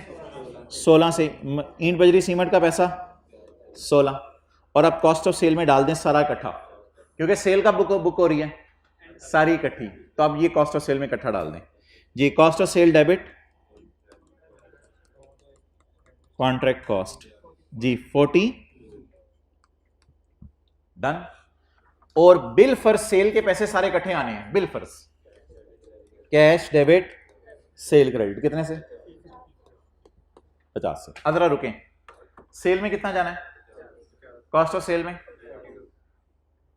ये देखें सेल में, कॉस्ट ऑफ सेल में 42। एक बार याद रखिएगा यार, अगर आप ईंट बजरी सीमेंट खरीद रहे हैं ना और घर आहिस्ता आहिस्ता बना के दे रहे हैं, तो आपको कहीं तो उन कॉस्ट को डालना पड़ेगा ना, एक्यूमुलेट करना पड़ेगा। तो कॉन्ट्रैक्ट कॉस्ट पहले साल, मुझे बताएं बैलेंस शीट में इन्वेंट्री कितनी नजर आएगी? पहले साल बैलेंस शीट में इन्वेंट्री, करंट एसेट में इन्वेंट्री कह दें या कॉन्ट्रैक्ट कॉस्ट कह दें, कितनी जी? 26। ये क्यों नहीं कॉस्ट ऑफ सेल में गई? क्योंकि रेवेन्यू आहिस्ता आहिस्ता बुक नहीं हो रहा, revenue eight a point in time book हो रहा है। और बैलेंस शीट में अगले साल क्या जाएगा? करंट एसेट्स में कुछ भी नहीं जाएगा, क्योंकि सारी कॉन्ट्रैक्ट कॉस्ट कहां शिफ्ट हो गई है? Cost of sale. ये नोट कर लें। ये जनरल एंट्रीज हैं एज्यूमिंग, लिखे लिखे general entries assuming revenue is recorded at a point.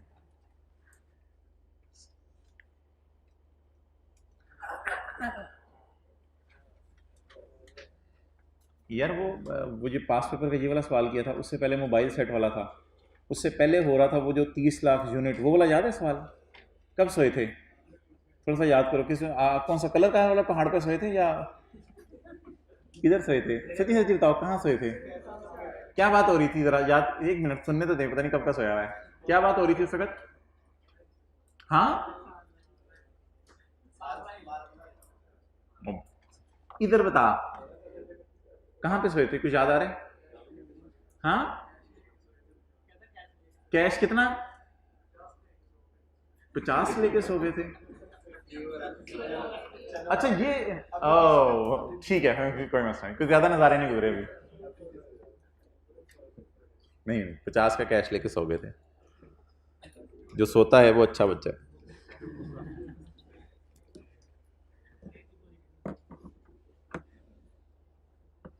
जुम्मा कलमा चौक तो नहीं पढ़ना 1 बजे? यहीं पढ़ेंगे इंशाल्लाह, 1:45 बजे। नहीं 1:40 पे मैं पिछली दफ़ा पढ़ा, तो आपको इंशाल्लाह टाइम पे छोड़ दिया जाएगा और घंटे सवा की ब्रेक कर लेते हैं। जुम्मे की भी, खाने शाने की भी आपने खाना होगा।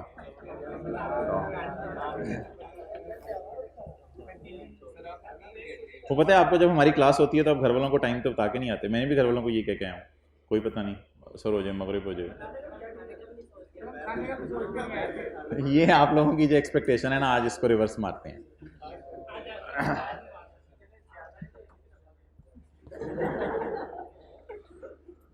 अच्छा क्या फरमा रहे थे आप भाई? यार देखो, वो पूरे लाहौर की बिरयानियां खत्म हो जानी है इतनी।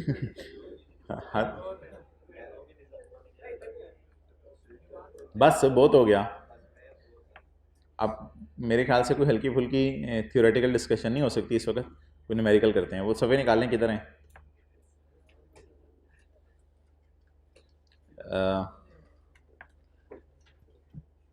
ज़रा सवाल तो चेक कर लें कौन कौन से हो गए हैं। ये सवाल हो गया IFRS 15 का,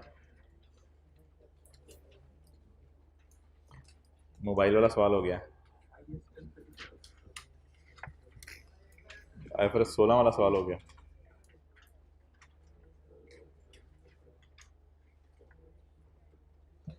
ये तो कुछ नहीं, ये तो अभी कर लें।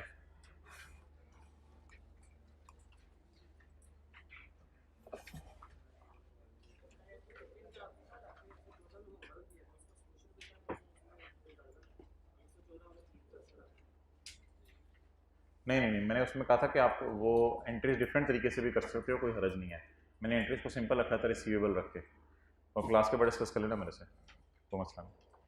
The management of entity completes the draft financial statement, IS 1037, page number 3+1. The management of entity completes the draft financial statement on 31 August 2002. Financial statement कब मुकम्मल होंगी? 31 अगस्त 2002 को। On 18 September 2002, the BOD reviews the financial statement and authorizes them for issue. BOD ने कहा मेरी नज़र में इनको इशू करो। एंटिटी ने अनाउंस किया अपना प्रॉफिट और मोटी मोटी को अदर फाइनेंशियल इंफॉर्मेशन। 19 सितंबर को ना एंटिटी ने अपनी वेबसाइट के ऊपर कुछ इंफॉर्मेशन बता दी कि भाईजान हमारा प्रॉफिट इतना है, सब कुछ इतना है। The financial statements are made available to shareholders and others on 1 October. और शेयर होल्डर्स के घर तक पहुंचते पहुंचते जो है यकम अक्टूबर हो गई। द शेयर होल्डर्स ने मीटिंग में फिर अप्रूव की फाइनेंशियल स्टेटमेंट्स 24 अक्टूबर को, और अप्रूव फाइनेंशियल स्टेटमेंट जमा करवाई हमने SCCP को 20 नवंबर को। कब तक गलती पकड़ी जाए तो उसे एडजस्ट कर दे फाइनेंशियल स्टेटमेंट में, तारीख बताएं। एक्सेलेंट, 18 सितंबर। IAS 10 डील करता है सिर्फ तब तक के इवेंट्स को जो डायरेक्टर की ऑथराइजेशन तक हो। तो what is the date of authorisation for issue of, it is 18 September. अब पूरे डेटा में से काम की बात क्या है? काम की बात मोहतरम यह है कि इन दोनों तारीखों के दरमियान में होने वाले इवेंट्स अगर एविडेंस दें ऐसी बात का जो बैलेंस शीट डेट पे एग्जिस्ट करती है, उनको क्या कहते हैं? एडजस्टिंग। और अगर 19 सितंबर को पता चल जाए कि हमारे पिछले साल में चोरी हुई थी, अब कुछ नहीं कर सकते, इसको ना एडजस्टिंग इवेंट कहेंगे ना नॉन एडजस्टिंग, बल्कि IAS 10 के स्कोप से बाहर है। तो 18 सितंबर के बाद IAS 10 लगना बंद कर देते। IAS 10 सिर्फ कब तक की गलतियां सही कर सकते हैं?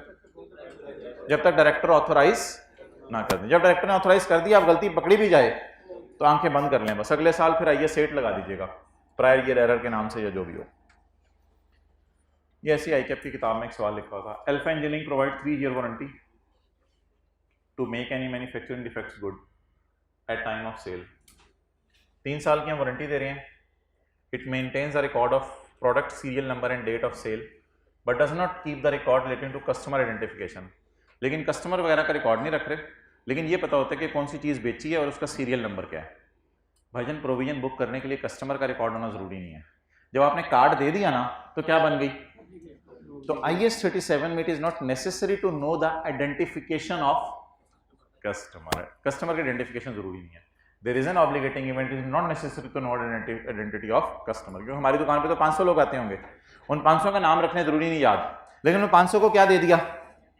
जब वारंटी कार्ड दे दिया तो it is enough for recording an obligation. तो पेपर में अगर सवाल आ जाए कि कस्टमर की आइडेंटिटी का हमें नहीं पता लेकिन हमने वारंटीज दे दी हैं, तो क्या हम स्टिल ऑब्लाइज्ड हैं? Yes, we are still obliged. ये मैं IFRS 310 की तरफ आता हूँ। पहले मैं ज़रा देख लूँ क्या क्या किया है। ये क्वेश्चन 1 हो गया, ये भी हो गया, ये भी ठीक रखा हुआ है ना, बस ठीक है।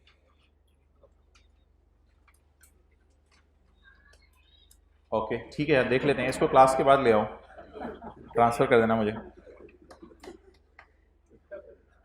दो अपना मोबाइल नंबर आपको मैं।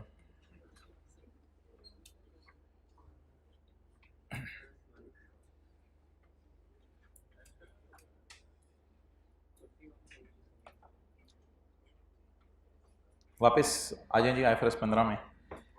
ये हमारा हो गया। ये वैसे मैंने आपसे शेयर किया है, लेकिन जो मेरे पास है ना वो ज़रा डिफरेंट सा है।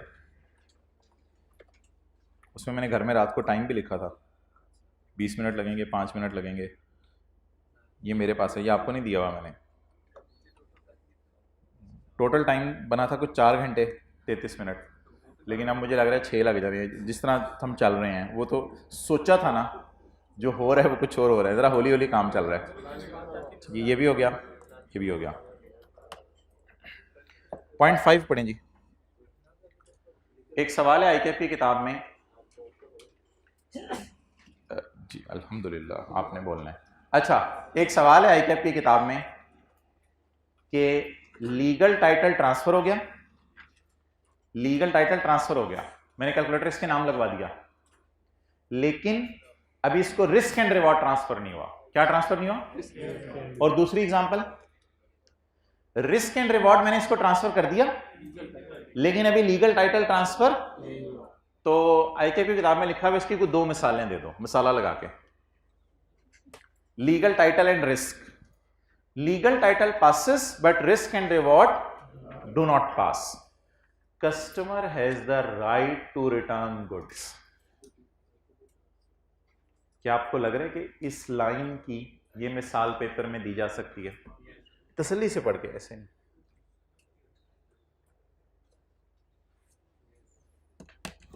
मैं इसको 3-4 मार्कर बेच दूं और ये मार्कर इसके नाम लगवा दूं और कहूं कि तुम कभी भी वापस कर सकते हो, इसका मतलब है मुझे सेल बुक नहीं करनी चाहिए। रिस्क एंड रिवॉर्ड मैंने इसे ट्रांसफर नहीं किए, ये मुझे कभी भी आके चीजें वापस, तो इसकी मिसाल आप पेपर में ये दे दीजिएगा। अगला जी, एक और मिसाल, मैंने इसको ये चीज बेची है, इसमें क्या है मैं नहीं बताऊंगा, मैंने इसको एक चीज बेची है ये, और मैंने इसको कहा है कि ये चीज तुम रखो, अगर ये चीज तुम्हें रेवेन्यू कमा के दे दे तो तुम मुझे इसके पैसे दे देना, वरना कोई मसला नहीं, वरना फिर ये चीज वापस कर देना। तो ये तो वही वाली बात होगी ना फाड़, ये तो वही वाली बात हो गई ना। Receipt of seller is dependent on buyer earning revenue from, तो ये भी वही बात होगी, सेल ऑन रिटर्न टाइप चीज। अब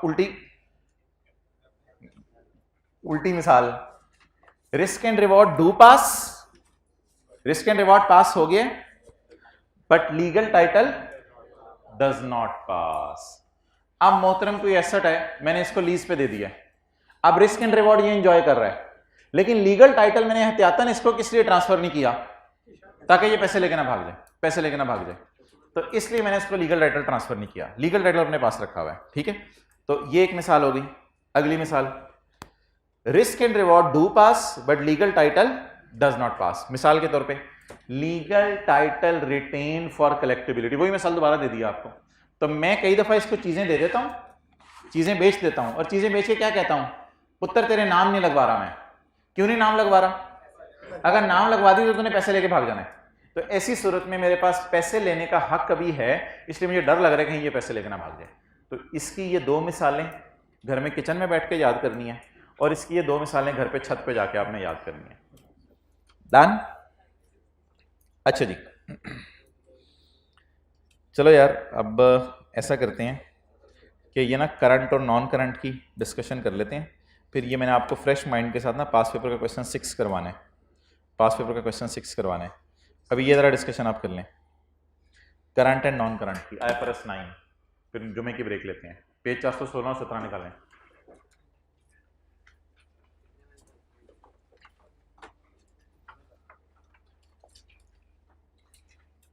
IFRS 9 ABCDFGHI IFRS 9 page number 416 और 17। वैसे तो आपको करंट और नॉन करंट में अलग अलग शो करने की ज़रूरत नहीं है सवाल में, अगर IFRS 9 में बैलेंस शीट आ जाए, लेकिन कभी कभी ना MCQs में वो पूछ लेते हैं कि बताओ इसका करंट पोर्शन कितना है और नॉन करंट पोर्शन कितना है। तो मैं पेज नंबर 416 पे हूँ, पेज नंबर 416 पे। फर्ज करें मैंने इन्वेस्टमेंट की है डिवेंचर्स में, तो मुझे एंट्री बताएं 200 रुपए की, किसी को याद हो?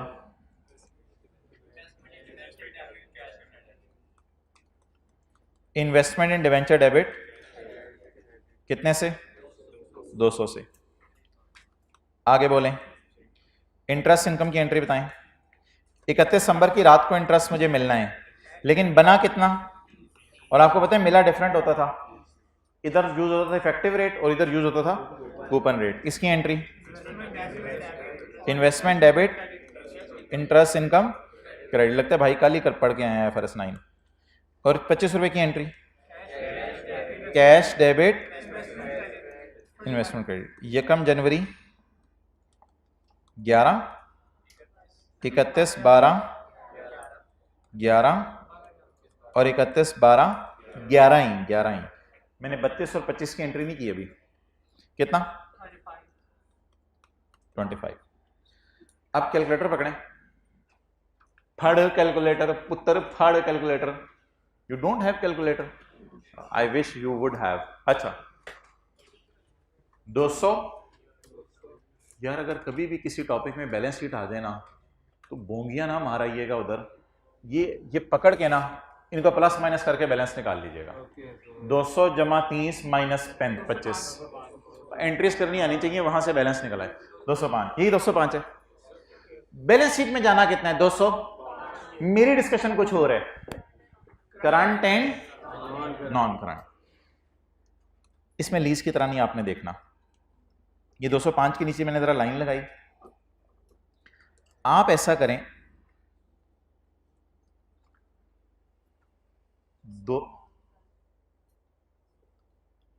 205 के साथ फ्यूचर में क्या होना है?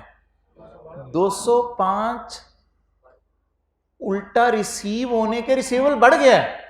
लीज में तो कम हो रहा था ना, साथ साथ कम हो रहा था, तो उल्टा। अब बता दें 205 में से कितना, इधर नहीं देखना, इधर देखने की जरूरत नहीं पेपर में, 205 में से कितना रिसीव हो गया होगा? ना इधर नहीं देखना पुत्र, रिसीव भी हो रहा है साथ और ग्रो भी कर रहा है, तो इसलिए इधर नहीं देखना। मैंने कहा 205 में से कितना रिसीव हो गया होगा जिसकी वजह से ये 204 रह गया है। ये 204 तो है ही नहीं सर। अगर ये 204 होता तो कितना करंट रिसीव हो गया होता? 1।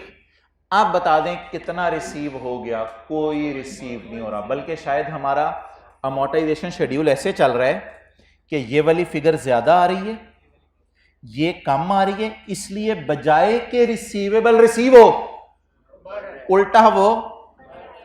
तो अब करेंगे हम ये, इसको लिफ्ट नहीं कराएंगे, 205 के नीचे लाइन लगाएं और ऐसे देखें, करें 205 के नीचे लाइन लगाएं और ऐसे देखें।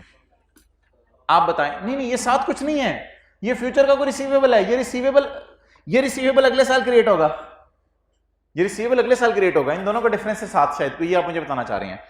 मेरा सवाल है 205 में से कितना मिला है अगले साल? कुछ भी नहीं मिला, इसलिए नॉन करंट एसेट में शो कर दें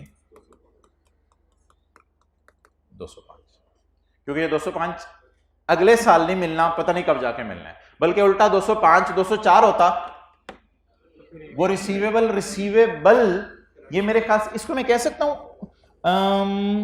ओपनिंग रिसीवेबल अगले साल के लिए, ओपनिंग रिसीवेबल, और इसको क्लोजिंग रिसीवेबल। तो रिसीवेबल रिसीव हुआ या बढ़ गया? तो there is no current portion, therefore all will be shown as a. लेकिन अगली मिसाल जरा ज्यादा अच्छी है, इसमें भी मैं इसी तरह करने लगा हूं, ऐसे लाइन लगाने लगा हूं और ऐसे जरा देखने लगा हूं। आप बताएं टोटल रिसीवेबल बोले, टोटल रिसीवेबल 190, इसमें से कितना अगले साल रह गया मिलने वाला? इसका मतलब है रिसीवेबल कुछ ना कुछ क्या हुआ होगा, रिसीव हुआ होगा। इस साइड को नहीं देखना आपने, इस साइड को नहीं देखना आपने। तो what is balance of receivable? What is now balance of receivable? Receivable is received या ग्रोन? तो फिर 195 बैलेंस शीट में आपने शो करने, लेकिन दो हिस्से करके। 195 में से कितना रिसीव हो गया? 7। और कितना रिसीवेबल नॉन करंट में चला जाए? 188 और 7। लेकिन पीछे वाले सवाल में क्या था? 205 और 0। तो इस तरह जरा कर लें, ये लाइन लगा के, नथिंग रिसीव्ड, नथिंग रिसीव्ड, तो फिर सारा नॉन करंट में डाल दें, और इधर 7 रिसीव्ड।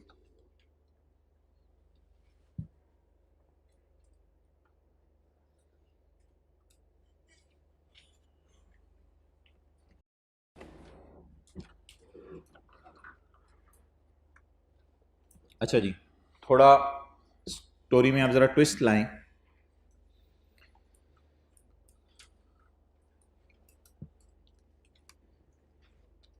क्या ऐसा हो सकता है कि 31 दिसंबर को इंटरेस्ट एक्रू हो, लेकिन एग्रीमेंट के मुताबिक रिसीव अगले साल के पहले दिन हो? 12वें महीने के एंड पे एक्रू हो, लेकिन रिसीव कब हो? अगले साल के पहले दिन। इसको मैं कह रहा हूं हमारे डिवेंचर का ईयर एंड कुछ और है और इंटरेस्ट मिलना अगले साल के पहले दिन है। ये जरा सवाल देखने की कोशिश करें, इसका क्या मतलब है? 1 जनवरी 11, 1 जनवरी 12, 1 जनवरी 12, 13। इसमें ये सवाल क्या बनेगा पेपर में? इंटरेस्ट इज रिसीव्ड इन, और नहीं यार, इंटरेस्ट एडवांस में नहीं मिलता, इन एरियर्स ऑन 1 जनवरी। आमतौर पर इंटरेस्ट 31 दिसंबर को ही मिल जाता है, लेकिन ये इंटरेस्ट कब मिल रहा है? अगर कभी IFRS 9 में ये सवाल आ जाए पेपर में कि इंटरेस्ट मिल रहा है 12वें महीने के बजाय 13वें के पहले दिन, अब आप मुझे एंट्रीज करवाएं, 500 रुपए की एंट्री करवाएं। इन्वेस्टमेंट डेबिट कितने से, डेट बताएं, 1 जनवरी 11। अगर मुझे इंटरेस्ट, अब पहला याद रखिएगा, दुनिया में कभी भी इंटरेस्ट एडवांस में नहीं मिलता, इंटरेस्ट अब एडवांस में नहीं मिलेगा। इंटरेस्ट 31/12/11 की बजाय 1 जनवरी 12 को मिलेगा, 12वें महीने के एंड पे या 13वें महीने के पहले दिन। लेकिन मेरे ख्याल से 31/12/11 को एक एंट्री करके सो जाएं। क्या? इन्वेस्टमेंट डेबिट और इंटरेस्ट इनकम कितने से। अब अगली एंट्री मुझे ना करवाएं, क्योंकि वो अगली एंट्री तो अगले साल की है, कैश डेबिट और बोले इन्वेस्टमेंट क्रेडिट। ये एंट्री तो अगले साल की है, फिलहाल मुझे सिर्फ मेरे साल की एंट्रीज करवा दें। अब जरा करंट नॉन करंट में मजा आएगा। अब मुझे बता दें कैलकुलेटर पकड़े बगैर कि मैंने आपको कहा कभी भी किसी टॉपिक में बैलेंस शीट बनानी आ जाए तो बस टोटल करके देख लें। इन्वेस्टमेंट का बैलेंस ग्रो कितने से किया, 500 जमा 70, बैलेंस शीट में 570 जाने हैं। अब आप अगर 570 के अलावा कोई भी चीज लेके जा रहे हैं वो गलत है। फटा सिर्फ अब इतना सा कि 570 में से करंट में कितना जाना है, और बैलेंस शीट में हमेशा वही फिगर जाती है जो जनरल एंट्रीज का टोटल हो। सर आप 70 को क्यों बैलेंस शीट में शो करें, इसलिए कि यार रिसीवेबल रिसीव नहीं हुआ, काश रिसीवेबल को थोड़ा बहुत रिसीव हो जाता तो मेरा काम चल जाता, लेकिन ये सारा रिसीवेबल अभी तक रिसीवेबल ही है बेचारा। क्योंकि रिसीव कब होना है, 12वें महीने के आखिर में या अगले महीने का पहले दिन। मैंने पिछले सवाल में 3 एंट्रीज क्यों की थी, क्योंकि 31/12 को ही एक्रू हो रहा था और 31/12 को ही रिसीव हो रहा था। इस सवाल में लाइन क्या लिखी हुई है, 1 जनवरी, तो मैंने यहां 1 जनवरी लिख दिया। लेकिन मैं सोचूंगा ऑब्वियसली ये एक्रू तो कब हो गया होगा, और मुझे लग रहा है ये इंटरेस्ट एक्सपेंस वाला सवाल है, तो इंटरेस्ट एक्सपेंस यहां नहीं होना चाहिए था, इंटरेस्ट इनकम, क्योंकि ऊपर हमने इन्वेस्टमेंट इन डिबेंचर लिखा हुआ है, इंटरेस्ट इनकम। जी भाईजान, इस सवाल में ना करंट नॉन करंट को कैसे अलग करना है जिसमें इंटरेस्ट थोड़ा सा डिफरेंट तरीके से मिल रहा है। इस सवाल में यह तरीका होगा कि आप देखेंगे कि हमारा रिसीवेबल कितना है। हमारा रिसीवेबल है भाईजान, आप बेशक लाइन लगा दें, आपको याद है लीज में भी इंटरेस्ट रिसीवेबल को लाइन के नीचे पड़ा होता था एक। अब मुझे बता दें, is it my receivable, is it my receivable, what is total receivable. इन दोनों रेड में से आपने माइनस करना है इस ब्लू को, it is current, it is current. अब मुझे बता दें, if I prepare the balance sheet, ये मैंने एंट्रीज कर दी आपके सामने, लेकिन ये एंट्री अगले साल की है, इसकी टेंशन ना लें। मुझे बता दें इन एंट्रीज का, इन एंट्रीज के बाद बैलेंस शीट में क्या जाना है, 500, बट कैसे कैसे, उसमें आप इस तरह नहीं सोचना जिस तरह मैंने पिछले सवाल में सोचवाया। उसमें आपने क्या करना है, हमारे साल की पेमेंट के नीचे लाइन लगा दो, ये तो अगले साल की पेमेंट है, हमारे साल की पेमेंट के नीचे लाइन लगा दो। आप बताएं व्हाट वाज ओरिजिनल रिसीवेबल, ये लाइन के नीचे तो आ रहा है लेकिन रिसीव अगले साल हो रहा है, बुक तो हमारे साल हुआ होगा। व्हाट इज फर्दर रिसीवेबल, तो 500 plus 70, what should go to my balance sheet, 570। मेरी बैलेंस शीट पे कितना जाना चाहिए, उस 570 में से कितना मिल जाना है एक साल के अंदर अंदर, 60। तो 570 माइनस 60, इस 510 को ना देखें, छोड़ें, 570 minus 60 should go to, 570 minus 60 should go to, and 60 should go to. तो इसको देखने का ये तरीका है। इसमें मैंने ना ऐसे ऐसे लाइनें नहीं मारी, तो इसलिए इसको जरा नोट करें। ये करेंगे डिफरेंट बॉल पॉइंट से और इसको ब्लू से फिर करें। What is total, 570, what is receive, 60। Balance sheet देखने बनी हुई है, 500 दोनों रेड वाले और ब्लू वाला 60। What is non current, what is current, 60। इधर देखें टोटल भी कर लें, व्हाट इज टोटल, 570। ऐसा कब होगा? जब इंटरेस्ट 31/12 की बजाय अगले साल के। लेकिन पास पेपर में कोई ऐसा सवाल कभी आया नहीं कि interest is received instead of 31 दिसंबर, बल्कि कब मिल रहा है? 1 जनवरी को। तो कौन सी जर्नल एंट्री पेपर में नहीं करनी? ये वाली जर्नल एंट्री पेपर में नहीं करनी। अगर किस साल की एंट्रीज मांगी हो? सिर्फ 31/12/11। तो ये 31/12/11 के सवाल में सिर्फ ये 2 एंट्रीज होंगी। इस सारी डिस्कशन का जो फायदा है वो तब पता चलेगा जब आप एग्जाम्पल 4 मुझे खुद कर दें।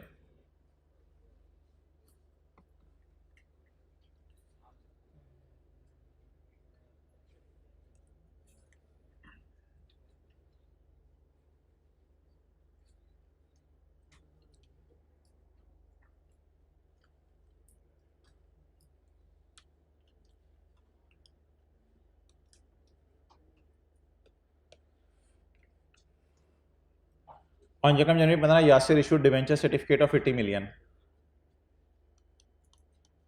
Date, effective rate, coupon,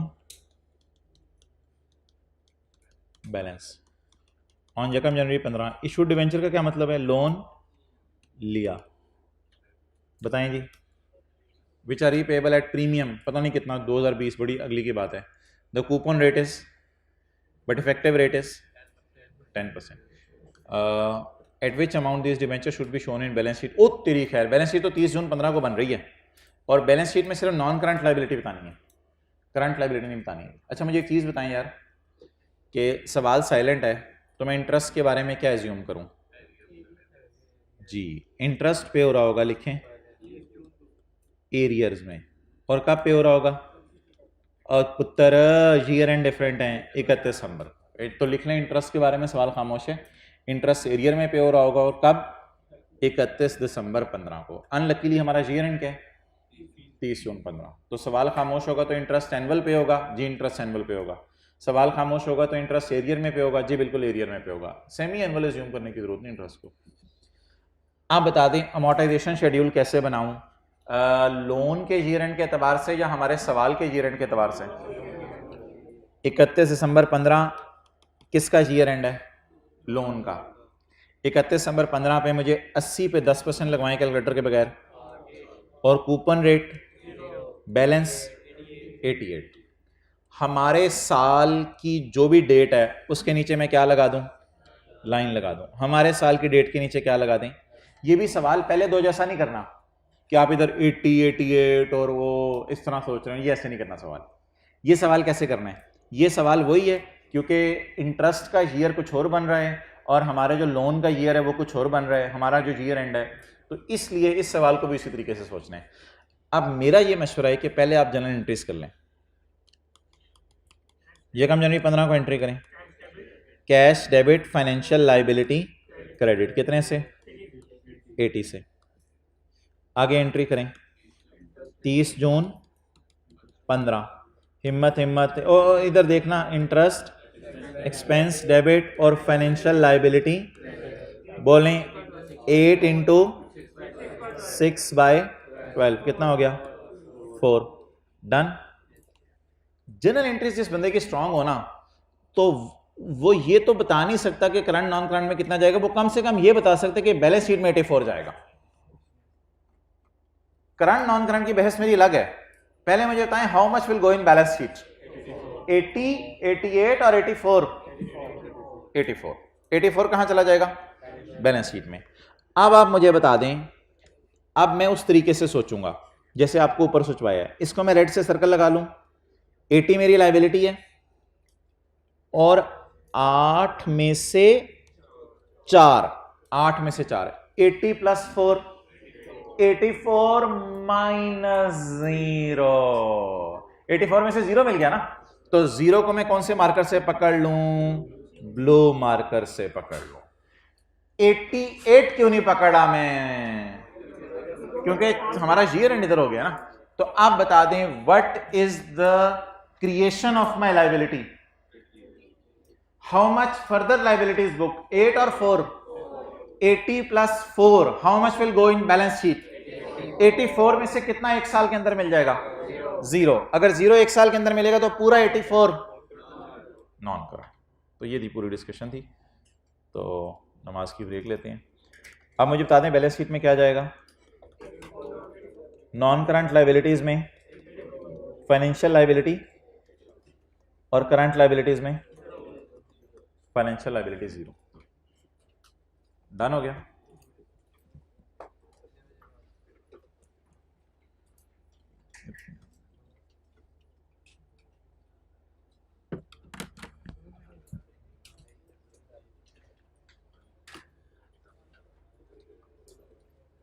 sir चलो हम जा तो रहे हैं, लाइन लगा के ऐसे कब सोचना है, ऐसे कब सोचना है, और वो लाइन लगा के 2 रेड सर्कल बना के ब्लू वाले को करंट में डालना ऐसे कब सोचना है, आप बता दें। नहीं बता देना कैसे कब सोचना है, जल्दी बता दें। अगर तो नहीं ग्रो श्रो छोड़ें। अगर तो ईयर एंड बिल्कुल इक्वल चल रहे हो, यानी 31 दिसंबर को ही हमारा ईयर एंड है और 31 दिसंबर बेंचर का इंटरेस्ट भी मिल रहा है, तो फिर तो आप देखें 205 में से कुछ भी नहीं मिला, फिर तो इस तरह सोच लें। इधर भी देखें 31 दिसंबर अल्लाह का शुक्र है सेम था। लेकिन अगर कभी हमारा ईयर एंड कुछ और हो और डिबेंचर का ईयर एंड, फिर एंट्रीज करनी है। एंट्रीज करके सोचना है कि एग्जैक्ट बैलेंस शीट में क्या जाएगा। ये एंट्रीज आपको सिखाई है। कैश डेबिट लोन क्रेडिट 4 रुपए से इंटरेस्ट डेबिट लोन क्रेडिट 84 का लाइबिलिटी है। उस लाइबिलिटी में से 1 साल के अंदर 0 और 1 साल के बाद पूरा 84। तो जब डिफरेंस आ जाएगा ईयर एंड में तब ऐसे सोचना है, और जब डिफरेंस नहीं आएगा तब उस तरीके से सोचना है। ठीक है, आपने नोट्स बंद कर दिए हैं, लेकिन ऑब्वियसली यार जाते जाते एक बात आपके दिल में आ रही है, मैं कर दूं, मेरे दिल में आ रही है, आप ना करें तो वो देख लें। मैं वो आई कैप की बुक देख रहा था, पेज नंबर 5 मैंने खोला है नोट्स का, कुछ करने की ज़रूरत नहीं। आई कैप की बुक देख रहा था तो उसमें उसने लिखा हुआ था, Hamid limited bot 60% of shares of Rashid total share capital is ₹100 million. ₹100 million है, तो मुझे बता दें फिर नंबर ऑफ शेयर्स कितने होंगे? 10 million. Excellent. Number of shares 10 million number of shares होंगे। सबर 1 मिनट इधर देख लो, फिर पकड़ लेना। नंबर ऑफ शेयर्स होंगे 10 मिलियन। अगर नंबर ऑफ शेयर्स 10 मिलियन है तो 10 मिलियन का हमने कितने % एक्वायर किया? 60%। तो हमने कितने शेयर खरीदे सऊदी किंग से? 6 मिलियन। हमने ₹4 पर शेयर उसे पे कर दिए। तो आपको पता है कि सवाल में रुपीस पर शेयर नहीं दिया होता था सऊदी किंग को। हमने देख अभी सवाल हमने किया कंसोलिडेशन वाला, ₹170 या 177 मिलियन हमने पे किए थे सब्सिडरी को खरीदने के लिए, वो 170 जो भी थे पे। तो इसमें ₹4 पर शेयर दे दिया। क्या करें? ₹4 मल्टीप्लाइड बाय 6 मिलियन। 10 इंटू 60%। तो 6 million into rupees Saudi king को कितने पैसे दिए? जो अच्छा, सवाल ने आगे बड़ा मजे की फिर बातें लिखी। Further ₹3 shall be paid 3 years later, ₹3 पर शेयर। तो हमने 10 मिलियन में से कितने खरीदे? तो 10 मिलियन का 60%, 6 मिलियन शेयर खरीदे। 6 मिलियन ज़रब 3 दे दिए या देने हैं? ये जो सऊदी किंग को या मजदूरों को पैसे देने होते थे, फुल अमाउंट दी होती थी या पर शेयर? पर शेयर। तो 10 इंटू 60%, 6 मिलियन हमने खरीदे। 6 मिलियन के बदले 3 देने हैं, यानी 18 मिलियन देने का वादा किया, लेकिन 18 मिलियन को कितने सालों पे डिस्काउंट करना है? ये 18 मिलियन को मैंने 3 सालों पर डिस्काउंट किया। तो ये जरा सवाल को टिक कर लीजिएगा जब मैं ब्रेक से वापस आऊंगा। तो इस तरह जरा मेरा ख्याल था अगर सवाल आ जाए पेपर में आप कहीं परेशान ना हो जाए। तो टोटल कॉस्ट भी दी हो सकती है जो सऊदी किंग को दी, या पर शेयर भी दी सकती। समझ आ गई? ओके, अल्लाह हाफिज। वापसी 2:15 पर कर लें, 2:15 पर।